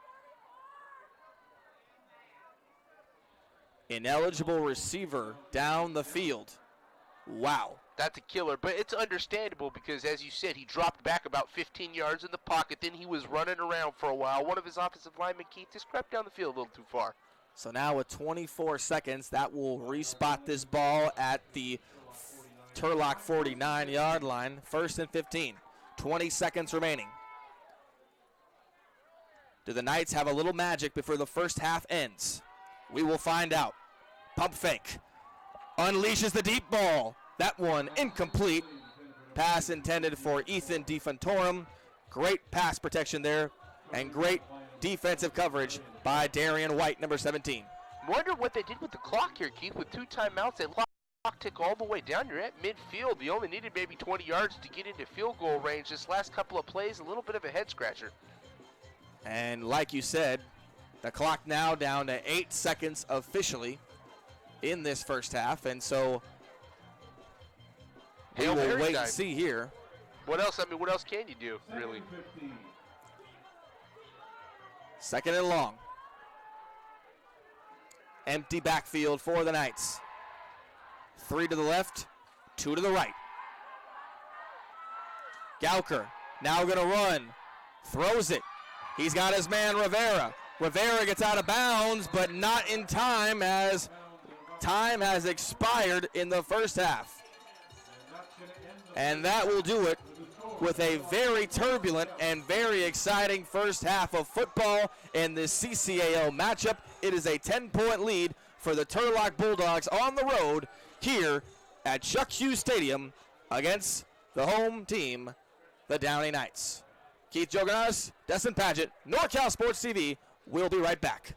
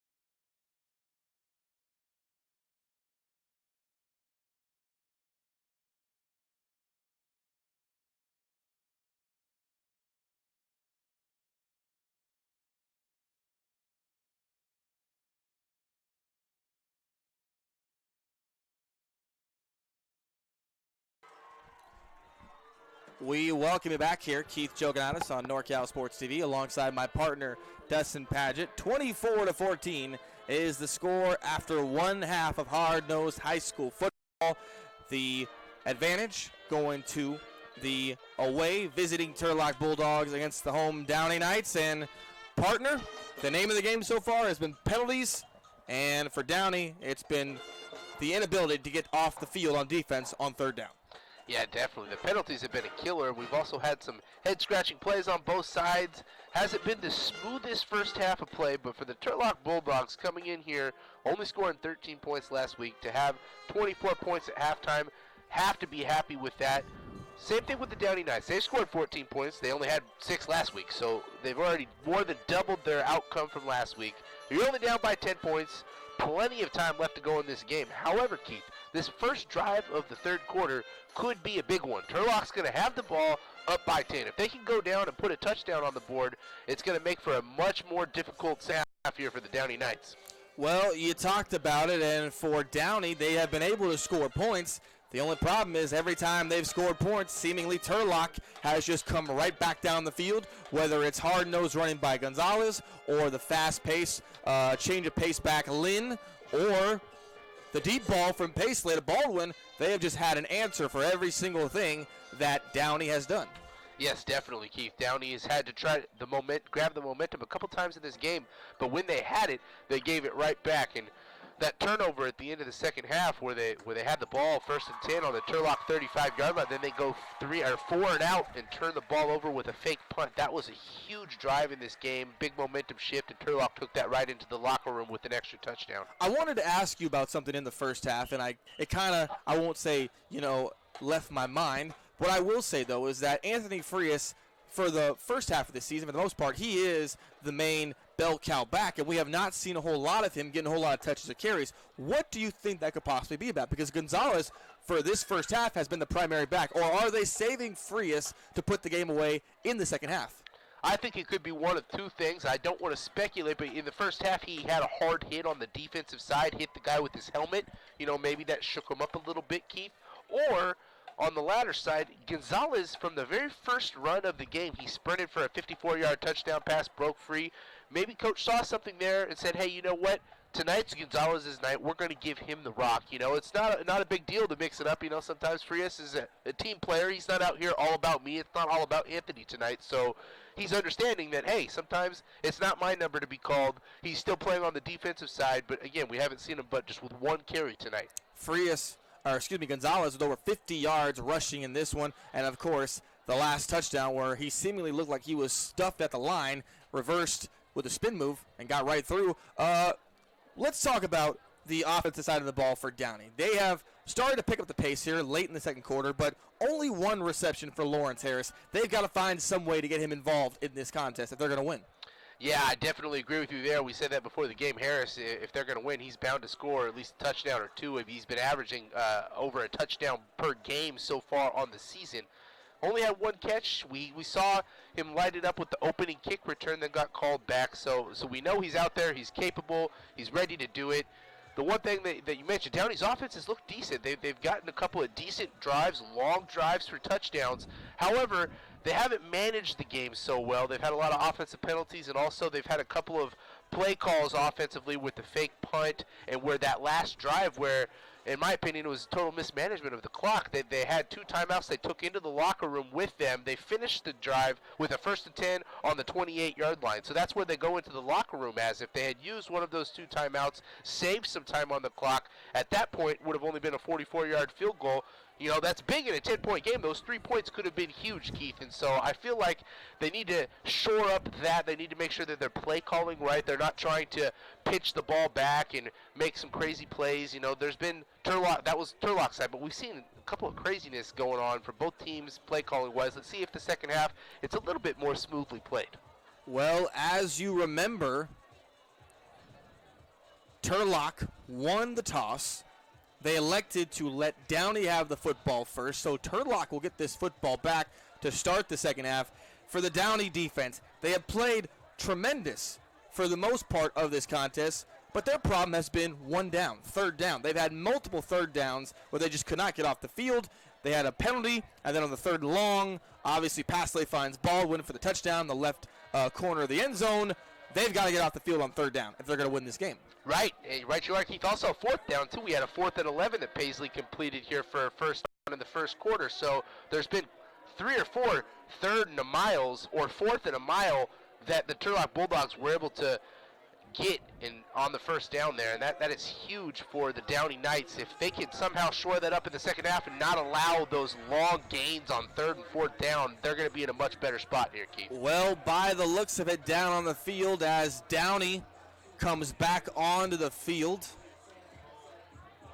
They have not lost their energy or their motor as Drake played in the background, Money in the Grave, the song, and they are dancing. They are high-fiving each other. They are trying to pick up their spirits, and they've got a 10-point hole to climb out of here on NorCal Sports TV with 1 half of football remaining. Keith Joganas alongside Dustin Padgett and D-Padge. We covered most of the basics here, but, you know, I think the one thing that Turlock can bank on is, yes, the running game has been deadly, but when Pasley has been needed to make that play, to make that throw down the field, he's made it.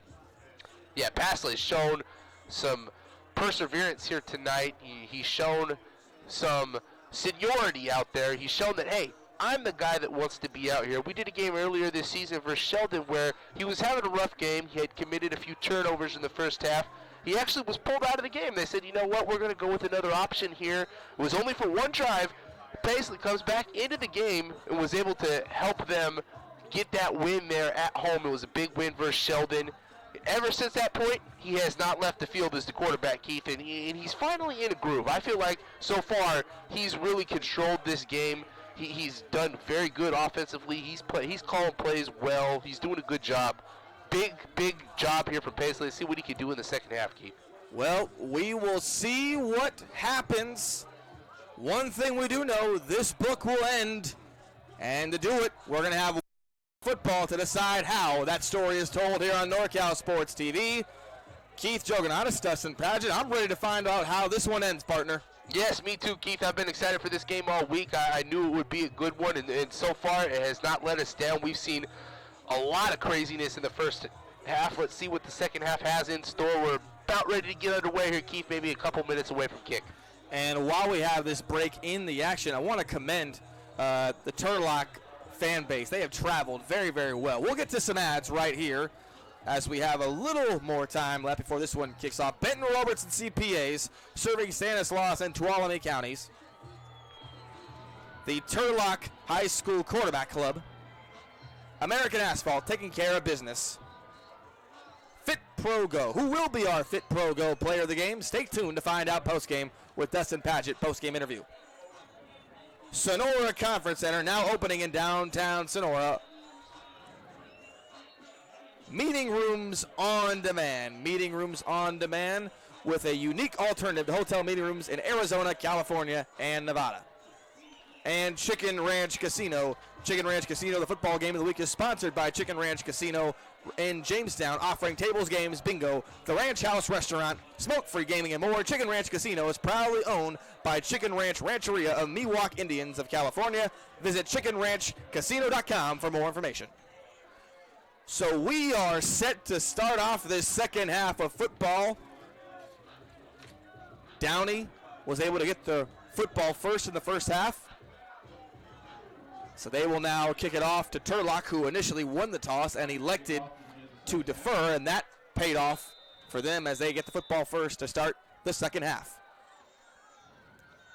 Cortez with a mid-range kick, taking it about the 25 as going upfield and bobbing and weaving out of traffic is number 34, Christian Cruz. He's met by a tackler at the 35-yard line. Isaiah Garcia in there with the tackle there, and he crushed Cruz right there into the turf.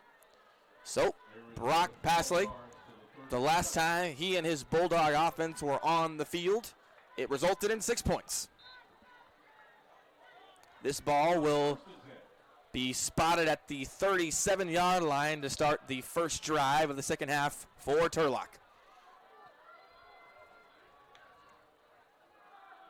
It's a handoff up the middle as That one goes to maybe right back at the line of scrimmage as the whole defensive line comes swarming in on Gonzalez. Tackle made there by number 12, Sonny Dixon. And again, we see the chippiness in the pile at the end of that play, a couple of little shoves there, and we've seen plenty of personal fouls called, so I know that every player on the field knows, hey, we can't really do this too much, but this is a division battle, Keith. Costala's in on the tackle as well. They'll line up Cruz, the tight end, on the right side, outside. They'll go up the middle again to Gonzalez, who's still going as he gets a gain of about 5 or 6. He's across the 40. Tackle made by number 33, Avalos, as well as Costales, who was once again in on that one. Yeah, we've called those two guys' names quite often here on the defensive side, Keith. They're leading this game in tackles for sure. So now the first third down attempt for Turlock and the first attempt at getting off the field on third down for Downey, who struggled to do that in the first half. This is 3rd and 5. Pass lane with time. Gonna float it downfield, and that one incomplete, intended for Lynn, and it was broken up beautifully by the defensive back Avalos, who was trailing the entire time. That was a great play there, Keith, but luckily for Avalos, he turned his head around just in the nick of time, because if he waited a split second longer, could have been a PI call because he wasn't looking back for the football. So it is a winning situation right here for Downey. They get off the field for what seems to be the first time in a long time on a third down attempt. And so Turlock will go 3 and out, and they will punt. Their first punt of the game, Keith. Angel back to punt for the first time.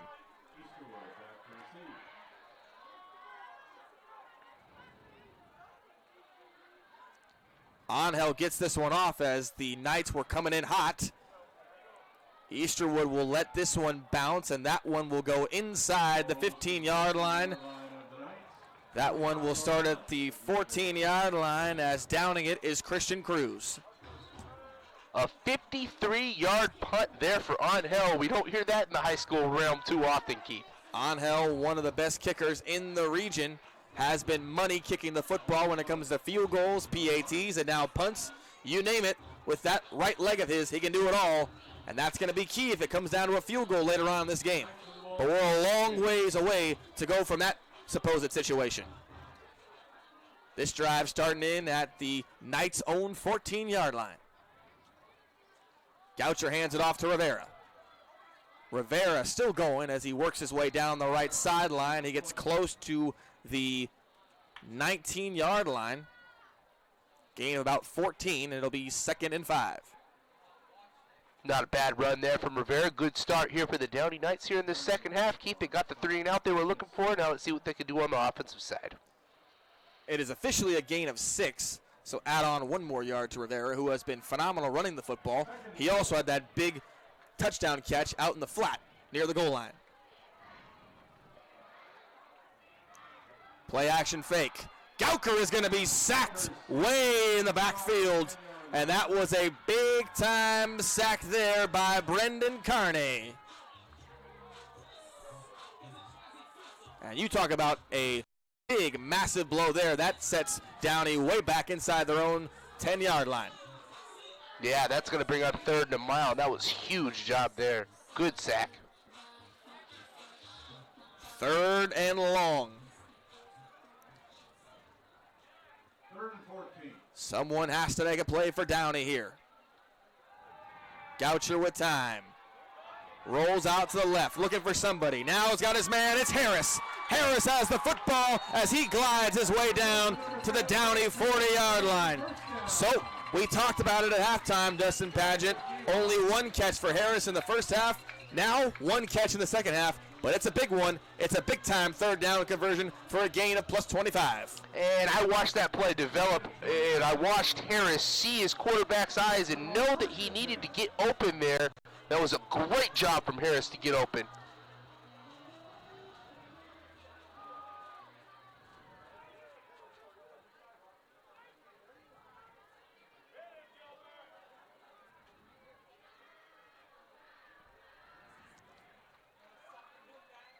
They sent Harris in motion, and instead they'll give it up the middle to Rivera for what looks to be a loss of about 1 or 2, maybe. might want to have given that ball to Harris. He had him cutting over in motion, and there was nobody out on this side of the field. If they had given him the rock, he might have gone all the way down the sideline, Keith. Benicio Gasca, number 40, with the tackle for a loss. 2nd and 13. Goucher unleashes the long ball, and it's Harris who has the ball. Caught at the 25-yard line. Lawrence Harris with a big-time grab, and he is in the second half. Dustin Pageant, it's a pass play for a gain of 30+. Oh, yeah, he beats Giwa there on that one, and Harris, 2 plays in a row, is showing us what he can do. Great job there. He beats the defender. That's all that it is to it, Keith. James Peterson said of Turlock tonight that you can only hope to contain Lawrence Harris. He's going to make a big play eventually. He's already made 2 on this first drive of the second half for Downey. It's a pitch, and it's fumbled by Rivera, but he's able to get it. He's still going. Evades 1 tackle.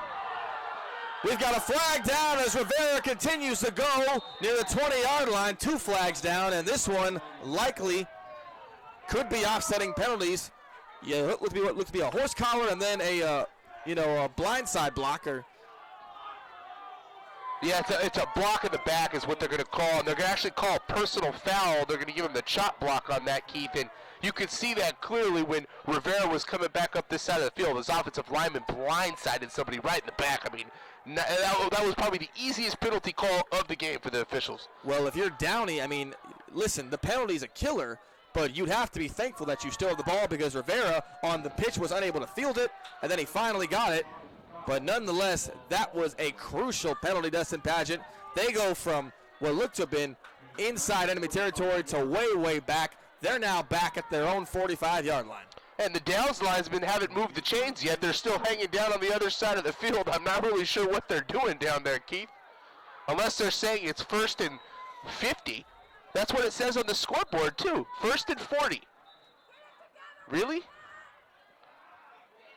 So we're going to get a stoppage in play here as 7:32 to play in this third quarter. And what a first drive for Downey, and what a first drive for Lawrence Harris. He's had 2 big-time catches that have really got some momentum going in this second half. Oh, yeah, Keith, but I still got to figure out, what did they call, a 25-yard penalty? I've never seen anything like this before. We've got a 1st and 40 set up here, and I can't, by the life of me, figure out how they went back 30 yards with the penalty there. Well, Jeremy Pla is giving the ref an earful down there on his own sideline. He wants some answers, and I don't think he got the answers he was looking for. Maybe they called 2 penalties, 30 yards, 15 and 15. 1st and long, to say the least. Goucher to the left side. Harris somehow comes up with a football. Incomplete. But they're going to rule it incomplete. Almost. Double covered. It looked like for a minute Harris had it, but it goes incomplete. We'll see it on the replay. It'll be 2nd and long now, and let's take a look at this one, Dustin Pageant. This could have been one of our catches of the year. Oh, yeah. Goucher has no problem throwing to Harris in double coverage. He totally trusts him. And he has the football for what looks to be the duration of the time, and he comes down and just lost it at the end. 2nd and 40. From what they're saying on the PA, so 2nd and 40. Here we go. Goucher with time. Goes for it all down the field. That pass is dropped, but we're going to get a flag on the play. We'll wait and see. This is going to be pass interference for sure, as that target was for Joseph Easterwood down the left sideline. If you're the Bulldogs on a 2nd and 40, you have to be upset with yourself committing any type of penalty there. And another thing I wanted to point out, that was single-man coverage. You got to think they're going to be throwing the ball deep down the field on 2nd and 40, Keith. And it will be a defensive pass interference call on the Bulldogs, number 24, Oscar Cruz. And that is twice now that it thought Downey, you would have assumed, had big-time catches. And let's see right here is, what a job by Easterwood to almost come up with this one. Yeah, that was a tough penalty call because they were really battling for that ball there. But there was some contact. I'll give the officials some credit. There was definitely contact made. Tough penalty. Turlock Bulldogs really going to hurt them there. Downey Knights, all of a sudden, now they've got a first down. 2nd and 25. So 2nd and 25. So the PI is not an automatic first down? Since when? It is not in this situation. 2nd and 25. They'll run it up the middle to Rivera. Rivera going free, and that looks to be a face mask penalty. It's going to be on Christian Cruz if it is, and that is a costly penalty. Back-to-back penalties here for Turlock. Man. This drive, Keith, I don't know. This has been one of the nuttiest drives. We've seen some weird penalties. 2nd and 40, 2nd and 25, whatever. First down now for the Downey Knights. Now it is officially a fresh new set of downs, we can say, for the Knights of Downey. That ball will be placed at the Turlock 20-yard line. You've had a 3rd down conversion by Harris. You've had 2 penalties for Downey. You've had 2 penalties for Turlock. What a drive. And only imagine what Coach Peterson is feeling right now on the sideline, Keith. Imagine what Coach Plow feels on the other side. First down. Rivera evading tackler, still going, still on his feet is Rivera. He is finally wrestled down near the line of scrimmage. And he will be tackled at the 25-yard line, as in on that play is number 59, Jacob Masihi. Well, I can tell you one thing the Knights have done on this drive is they've eaten a ton of clock, over 5 minutes gone so far on this possession alone. Number 45, Trent Neal, was in on the tackle as well. Play action fake. Rolling right, Gauker zips it middle. This one's caught by Lowe. Lowe with a stiff arm. Lowe still going. Lowe down the field. He's tackled out of bounds at what looks to be the 2-yard line. What a big time catch.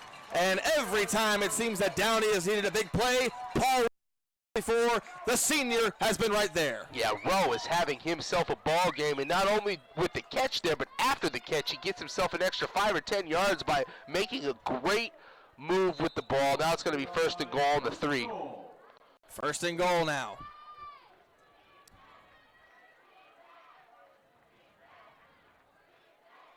Goucher has time. He's sacked back near the 14-yard line, and that was a thunderous blow. We've got a flag as well, Keith, down in the secondary, so this may be on the Bulldogs here. For the time being, it looked like a big-time sack for Turlock, as we've got an injury down on the field.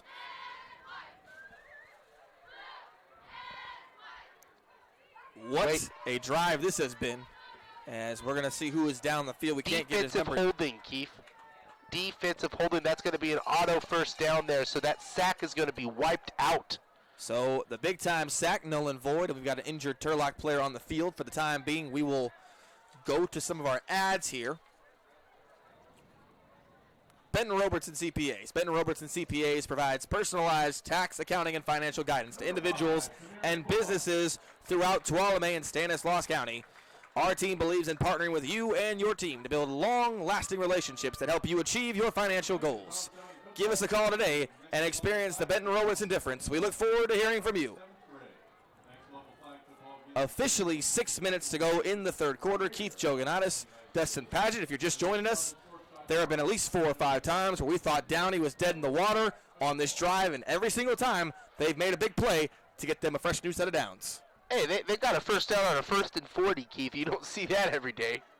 1st and goal. 1st and goal.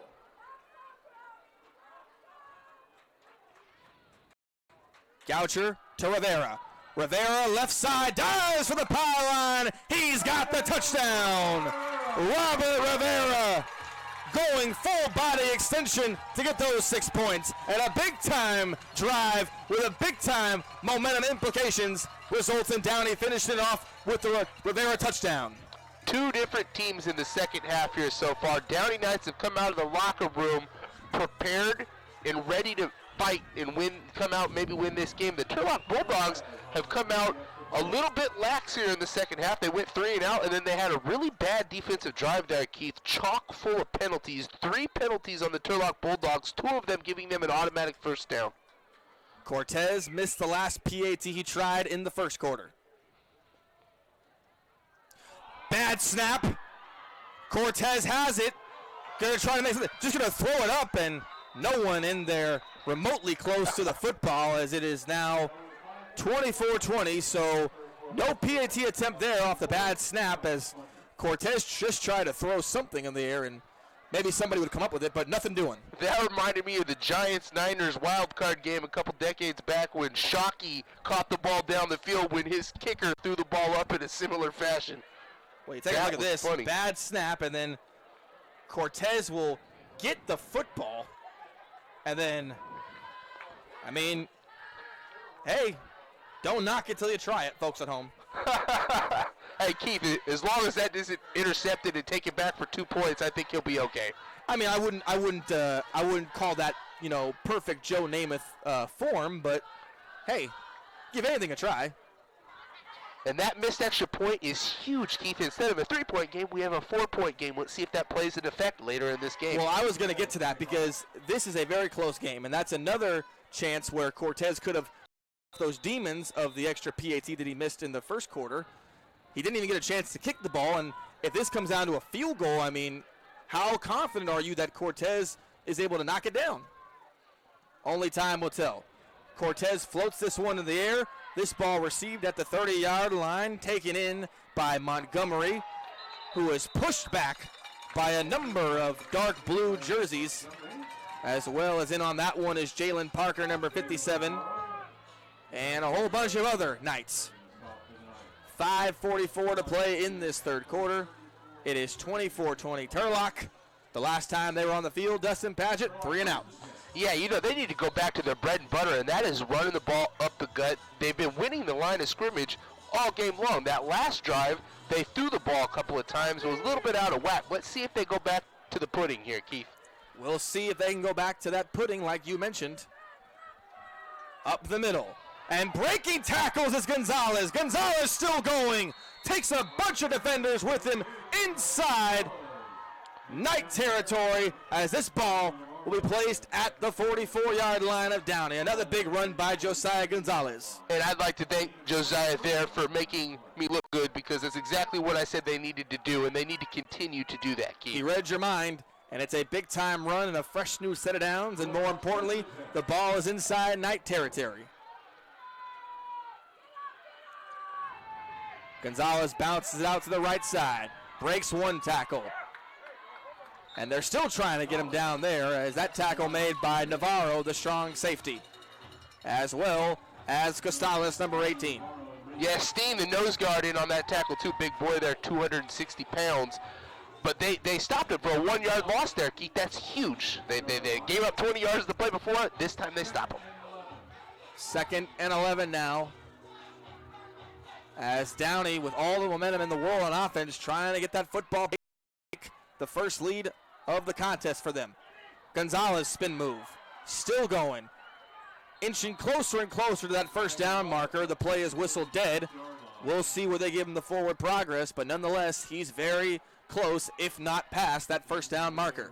Looks like it'll be about 3rd and 3, 3rd and 4. Not a really good spot there. I thought he was a little bit closer than that, Keith. So we will wait and see here. It is 3rd and 3, like you mentioned. We will see what James Peterson and his Bulldog staff have up their sleeves here. A crucial play. Gonzalez, and he looks to have the first down, and he does. Yep, give him 4 on a 3rd and 3, and Gonzalez just keeps going, man. He's had over 100 yards on the ground, Keith, and he's really doing a good job. 4:04 to play in this third quarter as Turlock will now go to their bread and butter, which is running the football and trying to melt some of that clock. Obviously, way too early to start, chewing clock, but this is what they like to do. Keep the ball in their possession, go on long drives.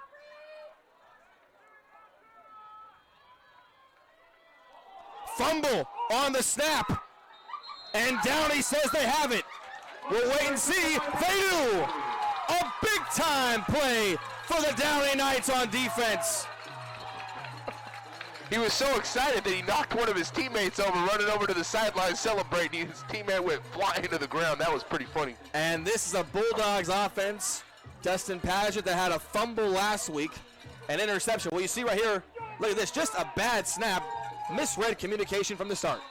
Yeah, I wouldn't even say it was a bad snap. I think it was timed wrong. I don't think Paisley was ready for that. He was looking the other direction when that ball was snapped, and doomed from the start. And Downey Knights with another huge turnover. That's their third turnover forced in this game, Keith. And all of a sudden, they're in a position to score a touchdown and take the lead. So now Downey has the football back at their own 30-yard line. Goucher fires this one right side. Incomplete over the head of Ethan DiFantorum. 2nd and 10. Yeah, good coverage by the secondary there. There wasn't much doing. See if they go back to the run here on 2nd down. Man, what a game this has been. We've had penalties, we've had turnovers, and we've only got a slim marginal 4-point lead for Turlock here in the 3rd quarter. What a game, Keith, and we've got still a whole quarter ahead of us. Here we go.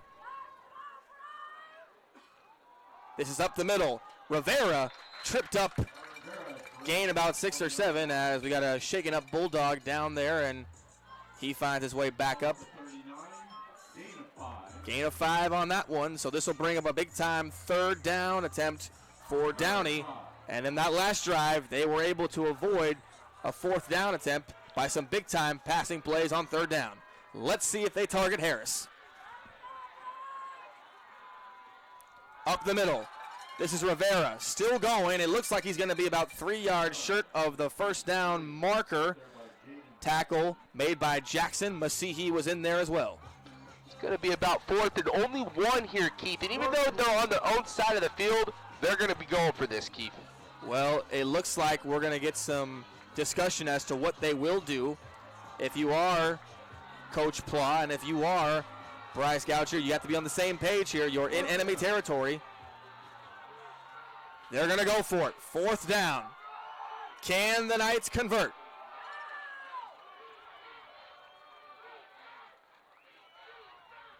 Rivera up the middle. Rivera looks to be 1 yard short. Looks like they marked him the 1st down. Looks like Rivera's got the 1st down. Wow, it looked like Rivera was short at first, but they're going to give it to him. There, Keith, he only needed 1 yard, and that was great defense of the Bulldogs. Don't get me wrong; they did what they needed to do on the front, but couldn't stop him from the 1 yard gain. So we're not going to get a replay here, but I would have loved to have seen it because it looked like Rivera was short, but nonetheless, they go for it on 4th down. The Knights do, and it is a big time conversion. Under 2 minutes after this play in the 3rd. Goucher, deep ball down the left side, incomplete. It likely would have been incomplete. Out of bounds was Easterwood when he tried to make that catch. Yeah, great defensive coverage there from Tyron Montgomery, and that's the 2nd deep throw on this drive. We've seen good defense from the Bulldogs secondary, so they're really picking the game up, and their defensive line on that last drive was doing well too. The last time that Goucher went for Easterwood, Montgomery was called for a defensive pass interference. This time no penalty, and now it's 2nd down. And we're going to get a timeout on the field here. Bulldog is down here. Got an injured Turlock Bulldog down there in the far end of the field. We cannot see his jersey number. We will wait and see and hope he's okay for the time being. In the meantime, we will thank some of our great, amazing sponsors, the Turlock Quarterback Club, Turlock High School Quarterback Club, Benton Roberson CPA, serving Stanislaus and Tuolumne counties, and Chicken Ranch Casino. American Asphalt, taking care of business. And FitPro GO. Who will be our FitPro GO player of the game? Stay tuned to find out. Dustin Pageant, you're going to have a hard time picking that one, I'd have to say. There's a lot of candidates. You called it, Keith. I'm not quite sure who I'm going with yet, but we still got a whole quarter to figure it out. Okay, well, we will leave that to you. You'll have the post-game interview after this game, and nonetheless, it will be a very magical interview, I should say, depending on who wins this game. It's been a great game so far. I can't wait to see how it ends. Now the 2nd and 10. 2nd and 10 now from the Knight 45.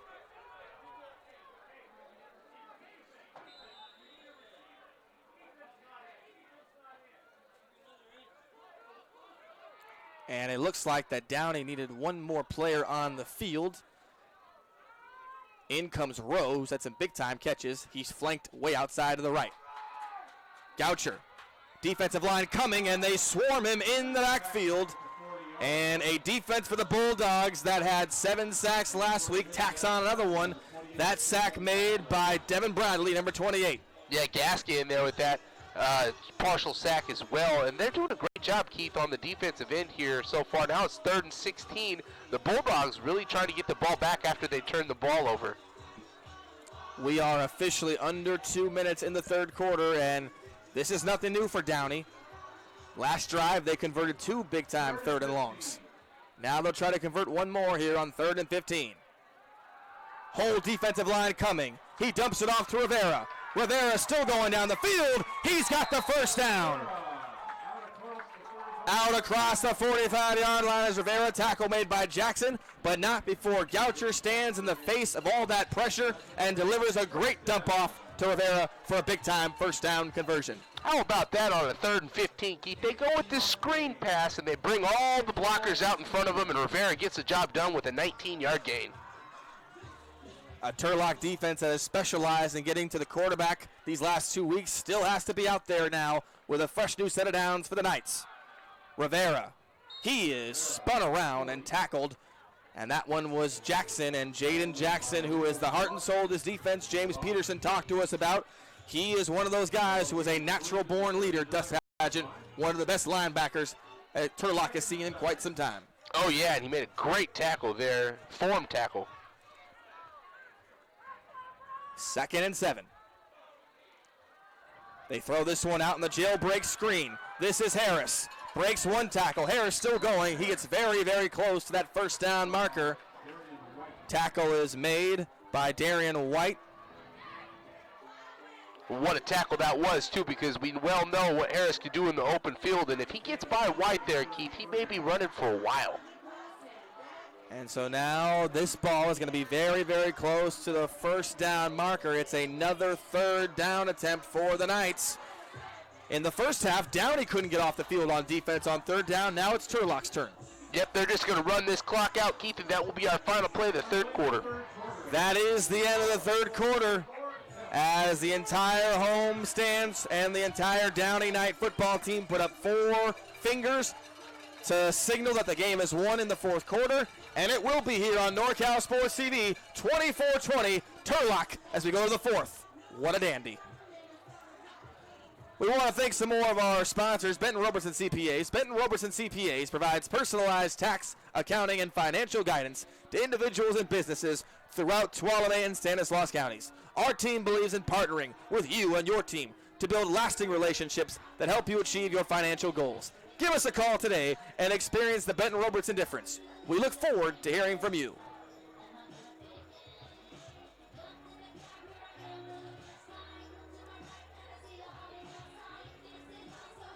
And, of course, the Turlock Quarterback Club, the Turlock Bulldogs QB Club, is proud of their players, from their academics to their leadership accomplishments to their on-field championships. We would like to thank our community's businesses, individuals, alumni, and families for all their financial support for all our football teams. Please join us at late 10 o'clock a.m. after every football game. You can hear from the players themselves from all 3 teams and their coaches. Welcome back. The start of the 4th quarter and the end to a very climactic CCAL battle. Turlock looking to get off the field here on 3rd and 1. Downey looking to convert another 3rd down. Up the middle, Rivera bounces it out to the left side. Rivera still going. He lunges forward, tackled at around the 14-yard line. What a big-time run on 3rd and 1 by Rivera for a gain of plus 15. That was huge, and all of a sudden, Keith, the Downey Knights have a chance to take their first lead of the game here in the 4th quarter, and they've played an amazing second half, giving up no points defensively, offensively looking for their 2nd touchdown. Goucher, the quarterback, and Rivera, the running back, are inching closer and closer with their offense to getting that first lead, like you mentioned, of the contest. Goucher has time, pressure coming, dumps it off. Rivera evades 1 tackler, still going inside. Rivera trucks 1 man, dives for the goal line. And he's down the 1-yard line. We got a penalty flag on the field where Rivera trucked a man. We're going to get a timeout here as we wait to see. I believe they're going to get a holding penalty there, Keith, but we'll have to see what they're going to call. We got a Bulldog player down around the 10-yard line. Another one down on the goal line as well, Keith, so we have 2 players down here. I believe that may be the Knights player down on the goal line. Well, we can't see for sure who it is. We do know that Rivera lunged for the goal line, and it was a majestic run. He met the Turlock defender head on. And we have no penalty signal yet. We wait and see who is the player down on the field. 11:27 to go here in the fourth quarter, excuse me. And the second player that was down is now up for the Bulldogs. He's on the sideline. So that's a positive. We've got one player on the field up and off the field. We wait to see who is that for Downey that's down on the field, and we pray that he is up and on his feet in no time here. And it may be Rivera, Keith, because I don't see him up in the huddle here. And he did lower his shoulder and laid a boom on that hit. Well, Rivera with a great run. I mean, he broke one tackle and then cut inside. And it is Rivera who is up and off the field.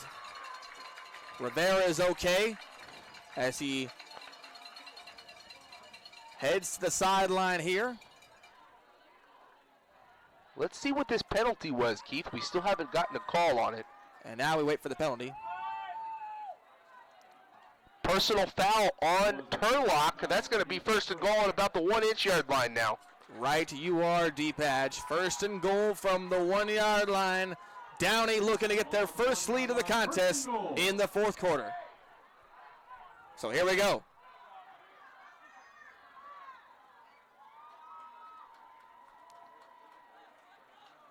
As James Peterson is looking to have a little discussion with the ref, and we've got a player down for the Turlock player that was down is still down, and the official is over there checking on him before they let this play run. Even though he's on the sideline, so we hope that he's okay. But being that they're stopping the game action right now to check on him, you know, we'll keep our eyes out for it. What a back and forth battle this has been here on NorCal Sports TV as we wait to see if this player for Turlock can get up. But while we have this break in the action, we hope that that Turlock player is healthy, and we're praying for him up here in the booth. But what a game this has been. I mean, Turlock raced out to a 10-0 advantage in the first quarter, and Downey has battled back. 10-point halftime lead for Turlock, too, but so far the second half has been a completely different game. It's completely changed on a dime. All of a sudden, the Downey Knights look like they're the dominant team here in this game, Keith. So that's just the game of football for you. It goes back and forth. You never know what's going to happen. That player was Oscar Cruz, number 24, who's done a great job of covering Easterwood, the wide receiver for Downey tonight. If he cannot go the rest of the game, that is a big blow for that secondary for the Bulldogs.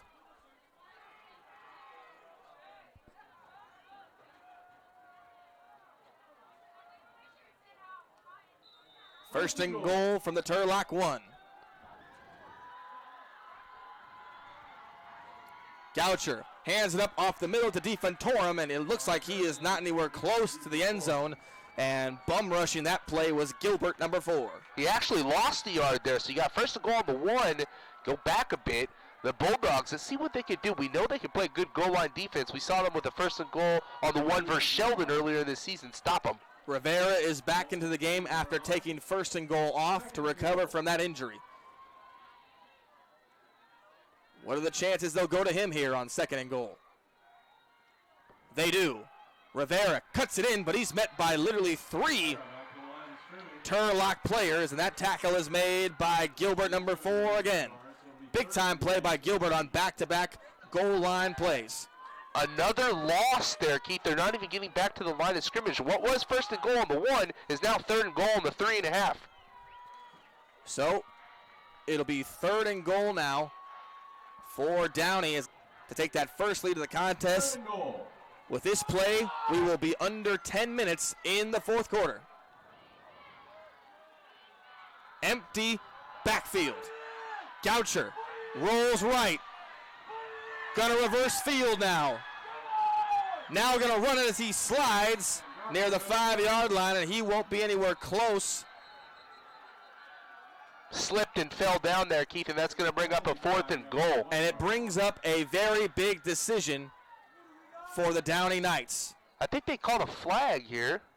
And But we'll I wait don't to know see what the play is here. And this is going to bring up a big decision for Downey, though. Holding on Turlock. Wow.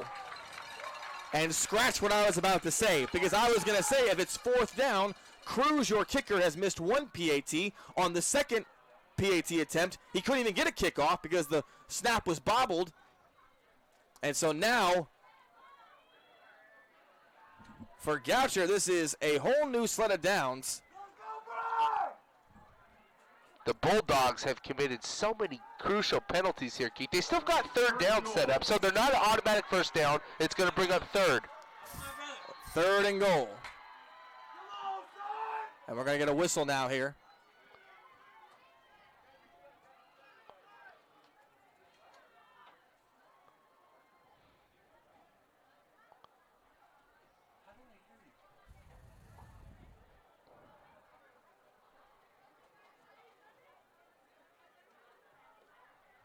So we're going to get a stoppage in the action here.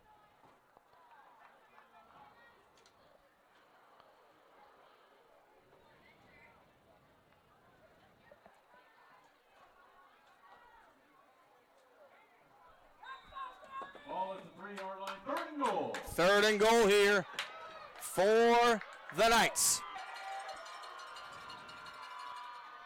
Shotgun formation. Up the middle, Rivera. He gets close, but no cigar. He's down to about the 1 or 2 yard line, and in on that tackle was Backham, number 11. And now this brings up a big-time debate here, as that will bring up 4th down. How big is that missed extra point now, Keith? It's Probably very be big. kicking a field goal right now. So we'll wait and see what Coach Pla does from here. Rivera has ran the ball so well tonight. Goucher has made plays with his feet to extend plays. They will go for it. Coach Pla says we came to win. Here we go. Pump fake to the left. Goucher, floater to the right. It is caught by Harris. Touchdown! Downey High School. Harris with a big-time catch in the corner of the end zone. And for the time being, Downey is up 2 points against Turlock with 9 minutes to go in the 4th quarter. A big-time catch by a big-time game play receiver in Lawrence Harris. We've been saying it all game long. Harris, if they're going to win this game, they're probably going to need him to score at least 1 touchdown. Well, there's his first one on 4th and goal. What a play here from Harris. Catch to get both feet down.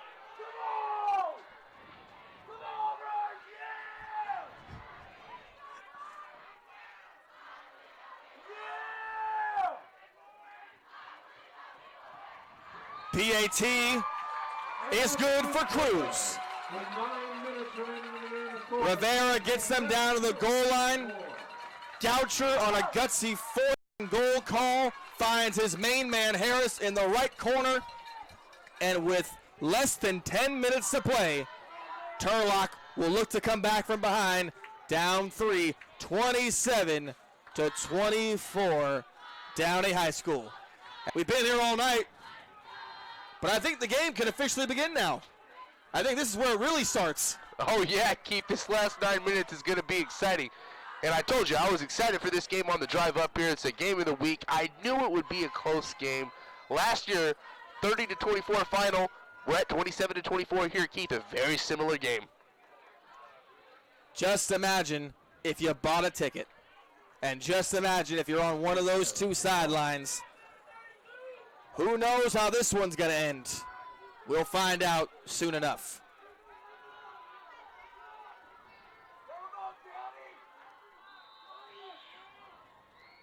Cruz.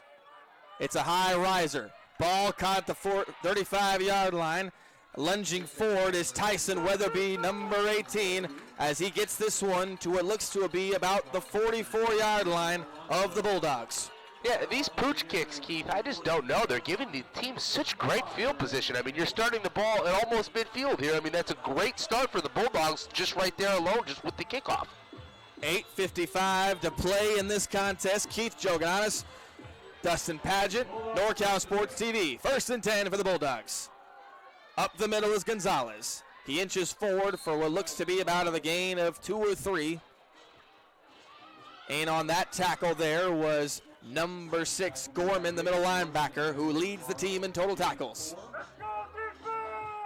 So it'll be 2nd and 6 now from the Turlock 48-yard line.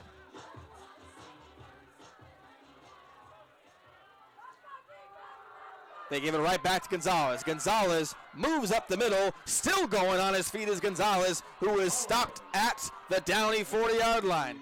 So, Coach Peterson says, we're not going to change anything. It's under 10 minutes, but you know what? We've got time. We know what Brock can do. Throwing football, we're going to stick to what we've done all night. Gonzalez running the football through the trenches. Gonzalez is having himself a game, Keith. I wish we had the stat line in front of us. I know he's got to be nearing the 200-yard marker. 1st and 10 now at the Knight 43. Play action. Passley steps up in the pocket, zips it over the middle. That pass is caught by Baldwin, and still going is number 10, Holden Baldwin for the touchdown. What a play there, Keith, and we have a Knight down here. He looks like he's twisted an ankle maybe, Keith. It's going to be number 33, Amiel Avalos, the defensive back, who is down and around the 30-yard line as Baldwin, check out this one, Passley zipped this one down the pipe. What a job here, and after the catch, too, to split the defenders. See you later for 7, pending the extra point. So we'll wait for the extra point from Angel, but just like that, Turlock in less than 5 plays strikes right back to take the lead. The Bulldogs also had a player down on the sideline, too. Looks like he just hopped up, limping around a bit, so we've seen quite a few players going down for the count here in this last handful of plays, Keith, and that's what happens in a chippy game. A division battle, you know, you're going to go through the trenches. You're going to have a lot of hard hits, and these things are to be expected. But how about this game? As you just said a couple of minutes before, you couldn't have said it better. I couldn't have said it better myself, partner. This game is just getting started.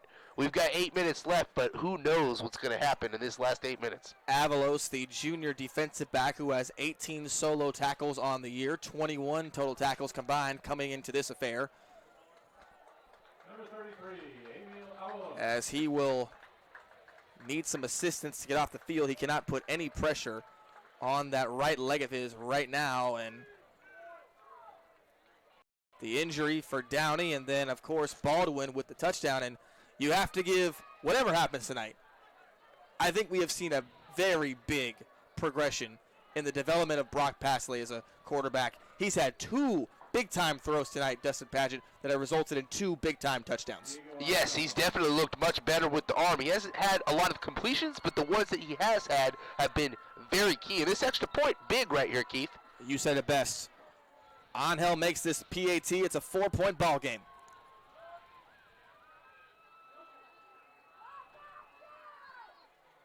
Snap is good.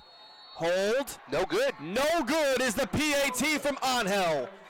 Oh, wow. Angel would come into this contest money kicking the football. What a time to miss the PAT right there. And just like that, a field goal can tie this game. Definitely, Keith, and that one was not even close. He just missed that one off the side of his foot. Sometimes that happens, but you know what? That's the 3rd missed extra point in this game, and every one of them very important. We still have ourselves a 3-point game, so now Downey, the Knights, you have so much more opportunity. You don't need a touchdown here. If you can go down and get in field goal range and hope that Cortez can make it, you could tie this game up and possibly go into overtime here with under 8 minutes left to go in the game. And looking at the stats for Cortez, who is the kicker for Downey, coming into this game, he is 7 of 9 on PATs. He's 8 of 11 so far after tonight's involvement in this contest. And maybe the stats are wrong, maybe my stat book is wrong, but Cortez this season, from what it looks like, has not attempted a field goal all year so far. Now, that might be wrong. That might be true, as that was a low dribbler as at the 45-yard line, and that ball is picked up by Garrett Weitzel, the offensive lineman, number 60. But if this comes down to a field goal, I mean, what are they going to do? They have not seen Cortez kick a field goal all year from the stats. Yeah, but this game is super important, Keith. So unless it's a long one, if they're in like chip shot range, I feel like they're going to go for a tie and try to force overtime. But you know what? We've got a ways to go before that. And again, we want to mention another kickoff, a little chipper, and they're starting the ball at the 45-yard line. That's back-to-back drives. Each team has started the ball near midfield. It's beginning to be a head-scratcher. You know, why are you doing this? Why not try to kick the ball deep and play some coverage? 1st and 10 from the Downey 44. We're going to get a whistle here, and it's likely going to be a false start on the Knights. We're on the wide receiver, Harris, out here. First mistake we've seen him make probably all season long, huh? And I was going to parlay that into a hook, because the last time this team was on the field, this offensive unit for the Knights, it was Lawrence Harris who caught a big-time 4th and goal attempt that resulted in giving the Knights their first lead of the contest. They'll try to get that lead right back here. 1st and 15. Goucher has time, and he will just take a sack here as he lays down on the ground at the 30-yard line. That sack made by what looks to be number 59, Jacob Masihi. Yeah, now that's going to bring up 3rd down and a mile, Keith. So now it is 2nd and way long.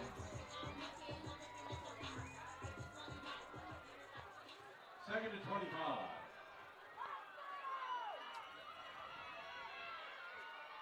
Second and long. Goucher unloads the deep ball. Left sideline, incomplete. Intended for Easterwood. Great coverage there from Preston Robertson. The 3rd or 4th deep ball in a row we've seen from Goucher that has been well defended for the Bulldogs secondary. I want to give them props here in the second half. Their secondary has really picked their game up. So now this brings up a pivotal play. 3rd and long with 7 minutes and 7 seconds remaining in the contest. The Knights of Downey at home here at Chuck Hughes Stadium, down 3 points. Turlock looking to get off the field here on a big 3rd down play. Shotgun formation. 3 wideouts to the right for the Knights. Harris, the lone receiver, on the left side. Has time. Goucher unleashes the deep ball. Incomplete, intended for Harris, but a flag down, and it's likely going to be defensive pass interference. And if that is who I think it is, it's the second one tonight in the 4th quarter on number 34, Cruz.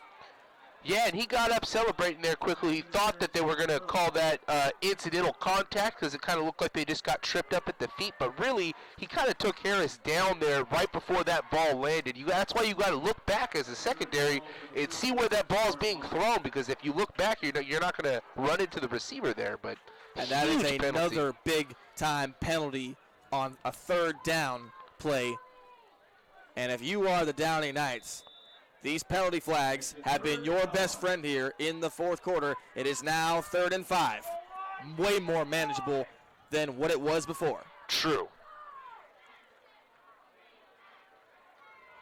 Goucher drops back in the shotgun. Rush coming. Fires it right side. Caught by Harris. Harris still on the move to the 40-yard line. Ball's on the ground. It looks like it fell out of bounds, and it will remain Downey football. And boy, did the Knights catch a big break there. Harris gets the 1st down, but almost coughs the football up on that fumble.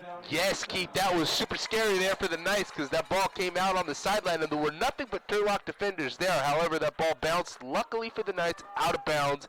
And after the catch, he breaks the tackle to get the 1st down, because if they tackle him on the spot there, it's going to be a 4th down, Keith. 1st and 10 now from the Bulldog 39-yard line. It's a handoff. Rivera rushes forward. He is met by Montgomery, number 32, as well as 14, Rogers. And we're going to get a flag on the play late. Unsportsmanlike conduct on the coach, Keith. He was yelling about not getting a personal foul call, and you saw him say a few choice words to the officials, and they both threw flags. We're going to get an unsportsmanlike conduct penalty on Downey indeed, and that is a killer. Just when the Knights were getting some leverage, they move way, way back there. Man.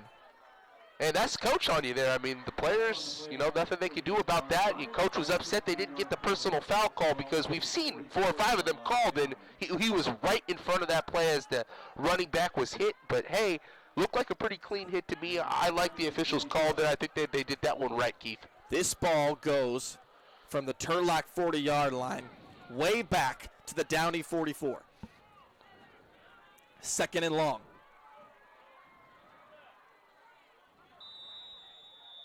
Second and 27 to be exact, Keith. Goucher drops back.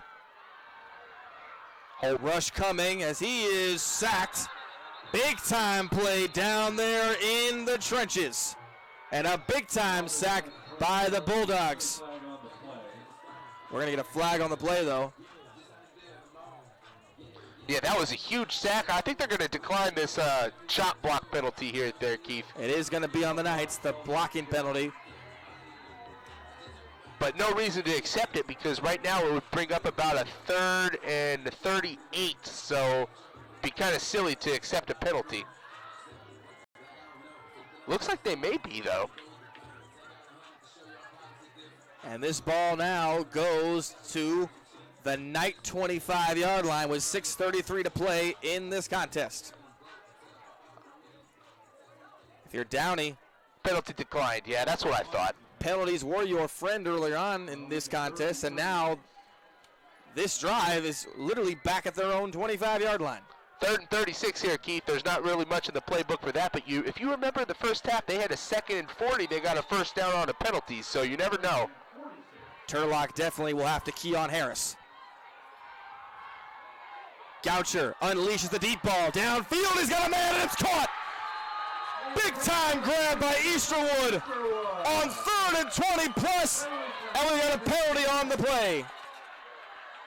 And it looks like it's going to be unsportsmanlike conduct on Turlock after the play. Oh, no. You know what, Keith? That would have been 4th and 8. Let's wait and see what we have here because there's a lot to unravel.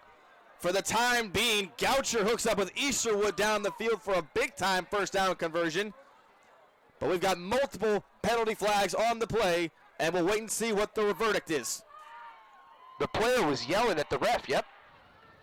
Oh, no! It's on Downey. Oh, no! He must have said something after the reception. Maybe it was a taunting type situation. A big-time blunder by Easterwood. Wow. That is not what Downey needed at this time in the contest. And maybe we have a replay really quick to see what happened, or maybe not, but we'll never know. But whatever the case may be, that 1st down play is negated. Man. And the ball goes back to the 45-yard line. In the midst of all that hubbub, Keith, believe it or not, he actually didn't get the 1st down. It was a 3rd and 46, and he got about 37. It would have obviously they would have been going for it at that point, but now you got a 4th and 26. I mean, you got to punt the ball, Keith. It was officially a 35-yard gain from what they're saying. They're going to go for it on 4th down. Does Downey have some more magic left? Goucher rolls out to the right. He is sacked back at the 32-yard line. It's Vinicio Gasca, number 40, the senior middle linebacker, and he puts a halt to that. On a 4th and 30, why not punt the ball, Keith? We got 6:22 left to go. You got 3 timeouts, plenty of time left in this game. Odds are you're not going to get a 30-yard pass, so I don't know why they didn't punt it away, Keith. And Gasca made sure that Goucher could not get out of his grasp there. A great play to stay with him and get both hands on the jersey and the shoulder pads. Now the Bulldogs can run this game out pretty much here. 6 minutes left. If they get a touchdown here, it's all she wrote. Ball at the 34-yard line and still no sign of Anthony Frias. Gonzalez up the middle. Gonzalez still going. Breaks one tackle. Down the field. Wrestled down and around the 16-yard line, but a flag on the play. And you're signaling that it's on Turlock. Yep, holding penalty on the left tackle there to spring that hole. I saw it from a mile away. Oh, face mask. It's going to be a face mask on Downey. That is crucial. Now they're going to be in the red zone, Keith. So now with 6:17 to go, this ball inside the Downey 20-yard line. And if you're Downey right here, you're just looking to hold Turlock to potentially 3 points because Angel missed the extra PAT on the last play, or the last touchdown. So you're going to have to try and, play the percentages. But right now, your main focus is getting a stop. Yes, Keith. If you hold them to 3, you score a touchdown to win the game. That'd be great for them, but you give up a touchdown here, you're in a very tough predicament. You're not much time left in this game. We're at the 6:17 mark of the fourth quarter. Ball at the 14-yard line of the Downey Knights. And now we'll see them run some clock. And still no sign of the president, Anthony Frias. Gonzalez up the middle. Still going as he tries to fight off tacklers. It was Gorman, the middle linebacker, number 6, who got to him first. But even then, Gonzalez, with that big, wide body of his, still moving downfield for a couple. Good tackle from Gorman, but they're going to give him about 6 yards. Wow, he got a few extra at the end of that there, Keith. Gonzalez listed officially in the stat book as 170 pounds. If that's the case, it's 170 pounds of total muscle. I totally agree with you there, Keith. 5:32 to play now. The clock continues to tick in Turlock's favor. Up the middle, Gonzalez trudges forward for maybe a gain of 1 or 2. He gets out to what looks to be the 5-yard line. And this brings up a big-time third down call. 3rd and 3. And Keith, I don't know if they do kick field goal on 4th down here. You might want to try and put this game away. A touchdown is exactly what the Bulldogs are looking for. A field goal here is a lose for them. We got a Downey player down on the field, a Downey defenseman. It looks to be number 36, McGaffey, the senior defensive lineman. He's had a great game so far, McGaffey. Has been a force inside on that defensive line for the Knights. And while we have this break in the action, you got to give the Knights credit because they have played hard all night. And the talk was coming into this game. Listen, everybody knew about Downey's offense. Everyone knew that Turlock liked to run the football. Turlock has run the football very well. But Downey has held their own. They have faced adversity throughout this contest, and they've answered the bell nearly every single time. They should be commended for their effort tonight, win or lose. I totally agree with you there, Keith. They've played a great game. They scored just 6 points last week, gave up 55, played bad on both sides of the ball. Here tonight, they've done a great job. But down the stretch here, Turlock could put this game away with a possible touchdown here, Keith. So we will thank some of our sponsors here. So McGaffey will walk off the field as the Turlock Quarterback Club. The Turlock Bulldogs QB Club is proud of their players, from their academics to their leadership accomplishments to their on-field championships. We would like to thank our communities, businesses, individuals, alumni, and families for all their financial support for all our football teams. Please join us at Latif's every Saturday morning at 8 o'clock a.m. after every football game. You can hear from the players themselves, from all 3 teams and their coaches. And no doubt, if they win this one, Turlock will have a lot to say to their fans at Latif's tomorrow at 8 o'clock a.m. 3rd and 2. Ball at the 5-yard line. Can Turlock punch it in? Well, we know what they're doing, Keith. This ball is going to Gonzalez. I'm almost 100% positive. I don't think it's any surprise. Everybody in the building knows what's going to happen. Gonzalez runs right, runs through, and he's in for the touchdown. Big time score there by Gonzalez. Over 120 rushing yards, and now another touchdown to boot. Oh, yeah, Keith, what a game he's had from the very first drive where he had a 54-yard touchdown scamper. Really doing a good job. Here is Gonzalez. He has my eye for the FitPro Pro Player of the Game. And no doubt, Josiah Gonzalez, no Anthony Frias. So far, no problem, as Gonzalez, the junior, 5'11", 170 pounds, has been a terror running the football in between the trenches. He has given Downey a whole set of problems.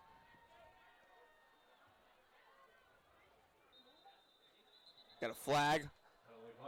Going to be what looks to be a false start, and it is.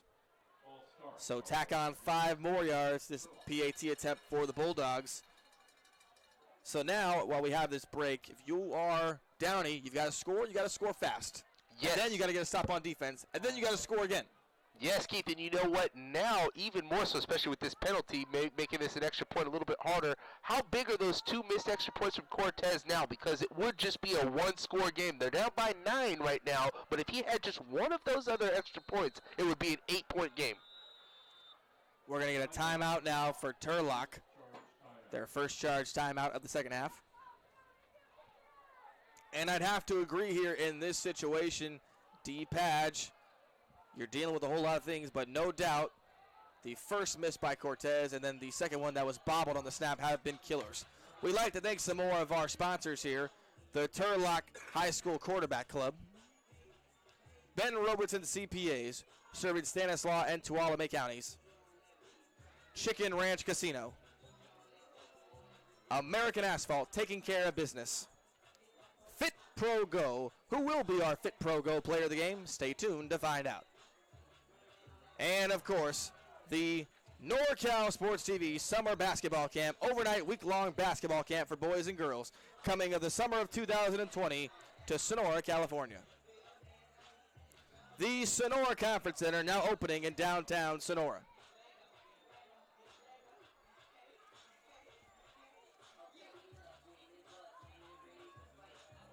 Welcome back. Keith Jogonanis, my partner in crime, Dustin Paget, for this affair, like always. A big PAT for Angel here to make it a 10-point contest with just over 5 minutes remaining in regulation.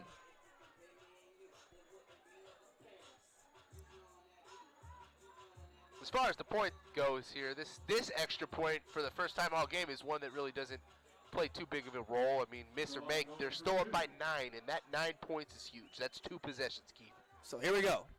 Going for 2. They're actually going to go for 2. Let's see if they convert it. Pressure coming. Down goes Pasley.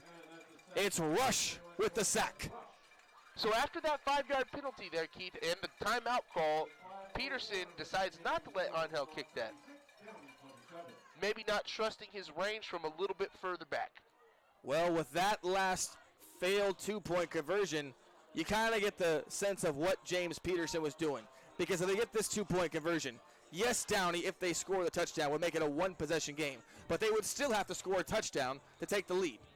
Now with this, they can score a touchdown, get a stop, and potentially kick the field goal to win the game. But we're far away from that. But we got a long way to go. Right, and they also could go roles reversed and go down if they get in field goal range, quick kick a quick field goal, and then try to get the ball back and score the touchdown on the second possession. Well, we will wait and see what happens as Angel will line up to kick this one from his team's own 40-yard line. Harris and Rivera back to receive the kickoff. Low line driver goes right to Harris.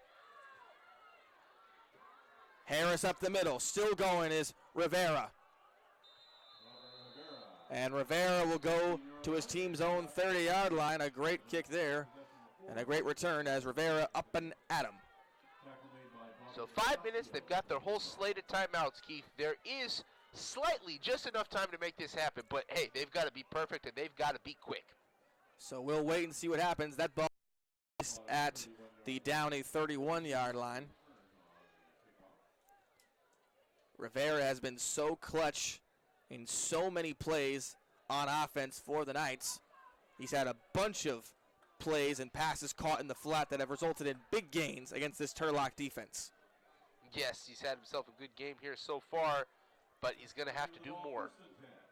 Harris lines up to the right alongside Defantorum. Holmes as well.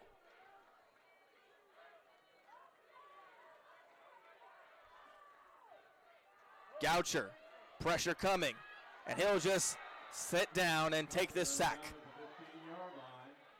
Man, it has been that kind of play, that kind of day on the last 2 drives.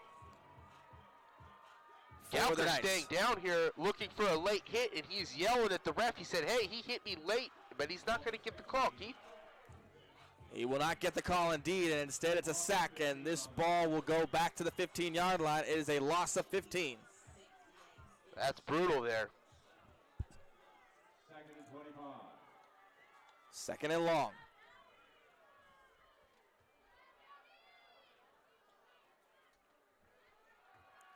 Pressure coming again. This ball thrown on the right side. It's caught by Holmes at the 20-yard line. And now that brings up another 3rd and long for the Knights. And if the Bulldogs are able to get off the field here, D-Patch, they can run the football with Gonzalez and do whatever they want. It is right in their game plan scheme going forward to close this one out. Oh, yeah. If they don't get the first down in this next 2 plays, this game is all she wrote, Keith. 3rd and 21.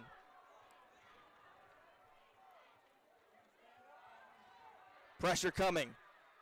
Thrown right side to Rivera. Stays in bounds. Rivera still going as he gets close, but not close enough to the first down marker as he's out to the 25-yard line. So now decision time if you are Coach Pla and the Knights. And hold that thought. We've got a flag on the field. We'll wait and see what the call is. Looks like it's going to be unsportsmanlike on 54 there.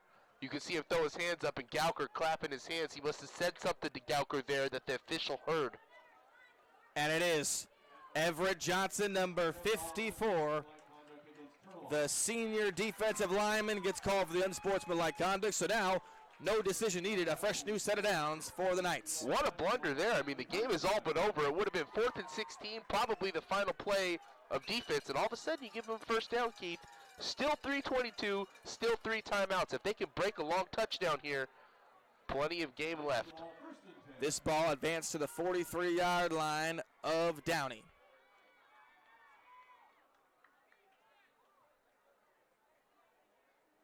Coach actually pulled Johnson right off the field there, too, and is talking to him on the sideline. Not a wise play there by Johnson. And Downey has new life for the time being. Goucher, right sideline. It's incomplete. And for a minute there, it looked like Defantorum had a big-time grab at around the 30-yard line.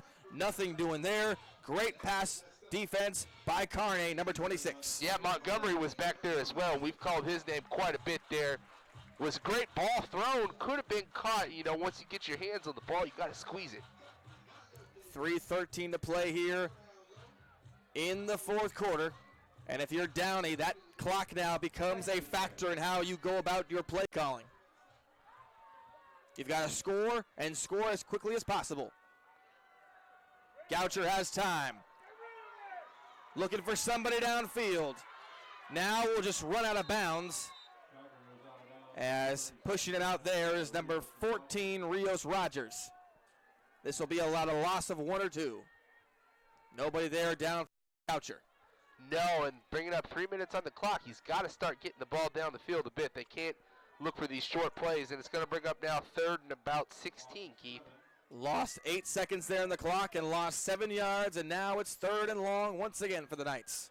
And you got to believe, Dustin Padgett, if you are James Peterson and that defensive coordinating staff, you are saying no penalties on this 3rd and long attempt. Yeah, I think so. 3:05, Goucher, back the pass. Left sideline, that pass is incomplete. No flag. Could have been, too. There was definitely some hand checking going on there, but intended for Defantorum. And so now it's decision time. It's 4th and long. You need 2 scores just to get back in this game. What are you doing here? Well, you can't punt the ball, clearly, and you can't throw the ball short. I don't expect them to try a screen pass. Honestly, all you can do is throw the ball to the sticks and hope that you catch it. 4th and 16 here, Keith? This is the play of the game. This is it for the Downey Knights. 4th and 16 indeed, partner. 4th down. This play could likely be the game. Does Downey have more magic left in the tank? Goucher. Defensive line coming. Goucher is sacked at the 20-yard line. A big-time sack. Number 40, Gasca again, who got him earlier a couple of minutes ago. He gets him again on the 4th down attempt. And that'll be the ball game here, Keith. They got 3 minutes left to run out the clock, but no combination of the Downey Knights being able to come back unless maybe a turnover. But what a sack there. And this last 5 minutes of the game in this fourth quarter, the Bulldogs have really stepped it up. The Downey Knights took the lead here with the early fourth quarter touchdown, and Bulldogs, under perseverance, were able to get it done. We got a flag here. And we're going to get a flag here to see what it's about.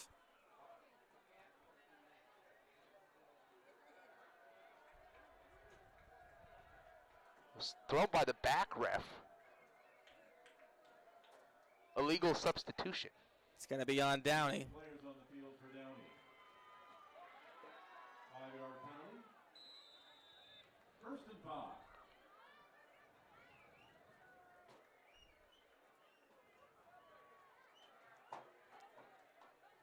It's going to be up the middle on this one. The carry to Lynn, and 12-yard line. you see some of the emotion down the field by some of the Downey players. They were amped for this one, Dustin Pageant. They came into this one expecting to win, and it's been a great effort so far. Game's not over. Anything could happen, but obviously They're this is a having to game use that their timeouts right now, Keith. You think that if they were going to make the opportunity to try to come back now at this point, they would have called the timeout right there on first down, but looks like they're content with just letting this clock run out. 2nd and 5 now, 2:17 to go as Turlock will just tick that clock down. And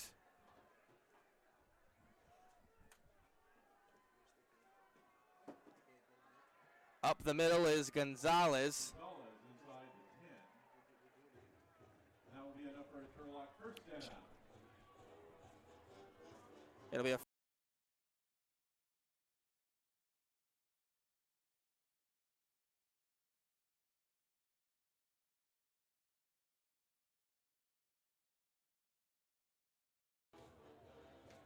And so if you are Downey, Dustin Pageant, obviously this is a crushing loss. You'll go to 3-3 on the season. But they played hard tonight. It's a valiant effort. And that has to be commended because they were down 10-0 in this contest, and they fought back. They fought back hard. They did. They even took the lead here in the fourth quarter. While it was short-lived, they did play a good game here, good comeback. Up the middle to Lynn as he inches closer and closer to that goal line. At this point, it is a foregone conclusion with almost 1:10 left in the ball game, and the FitPro GO player of the game, I think it's safe to say, Mr. Paget, you've got who it is. Yeah, Josiah Gonzalez, what a game he's had. What a game. And we'll talk more about him later on in the post game as this one up the middle. It's Lynn who will easily walk his way into the end zone for 6 more Turlock Bulldog points. 4-yard touchdown, and that will all but seal it.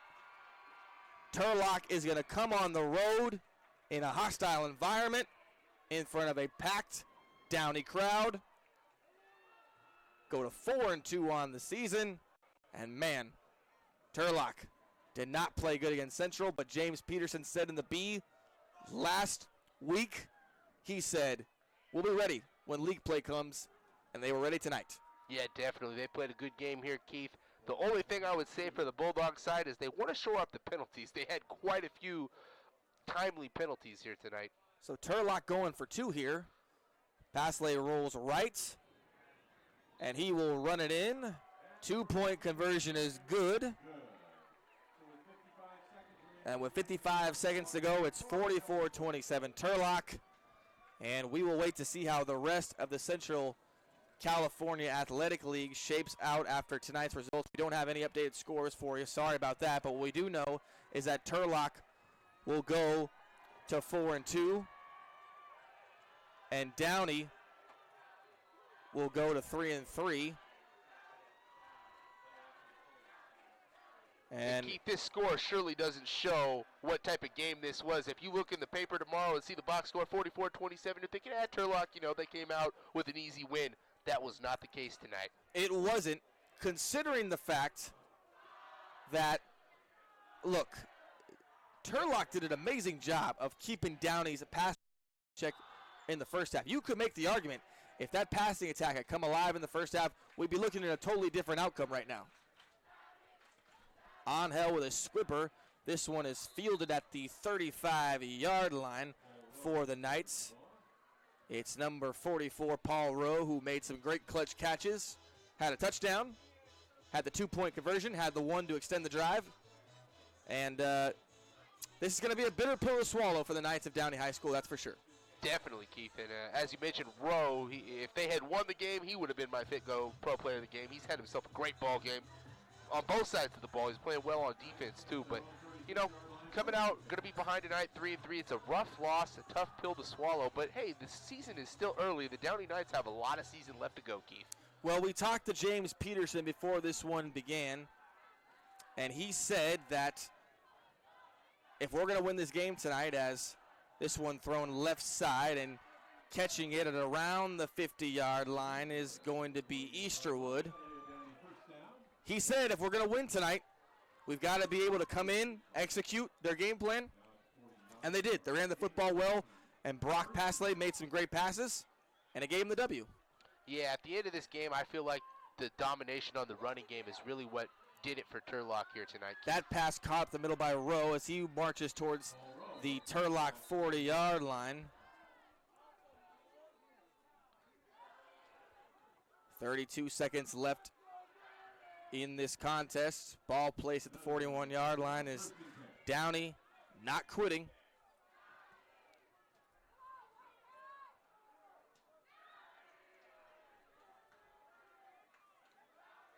Goucher goes over the middle. That one is incomplete, off the fingertips of Rowe.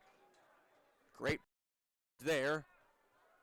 Number 33, Avalos, the defensive back, in on that stop.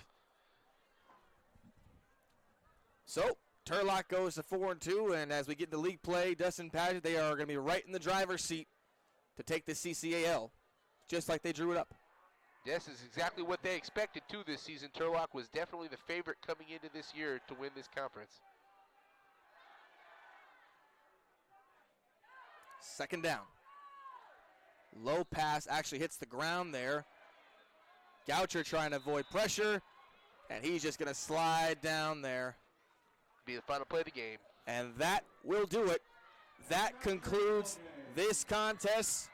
Turlock comes in to Downey High School here at Chuck Hughes Stadium.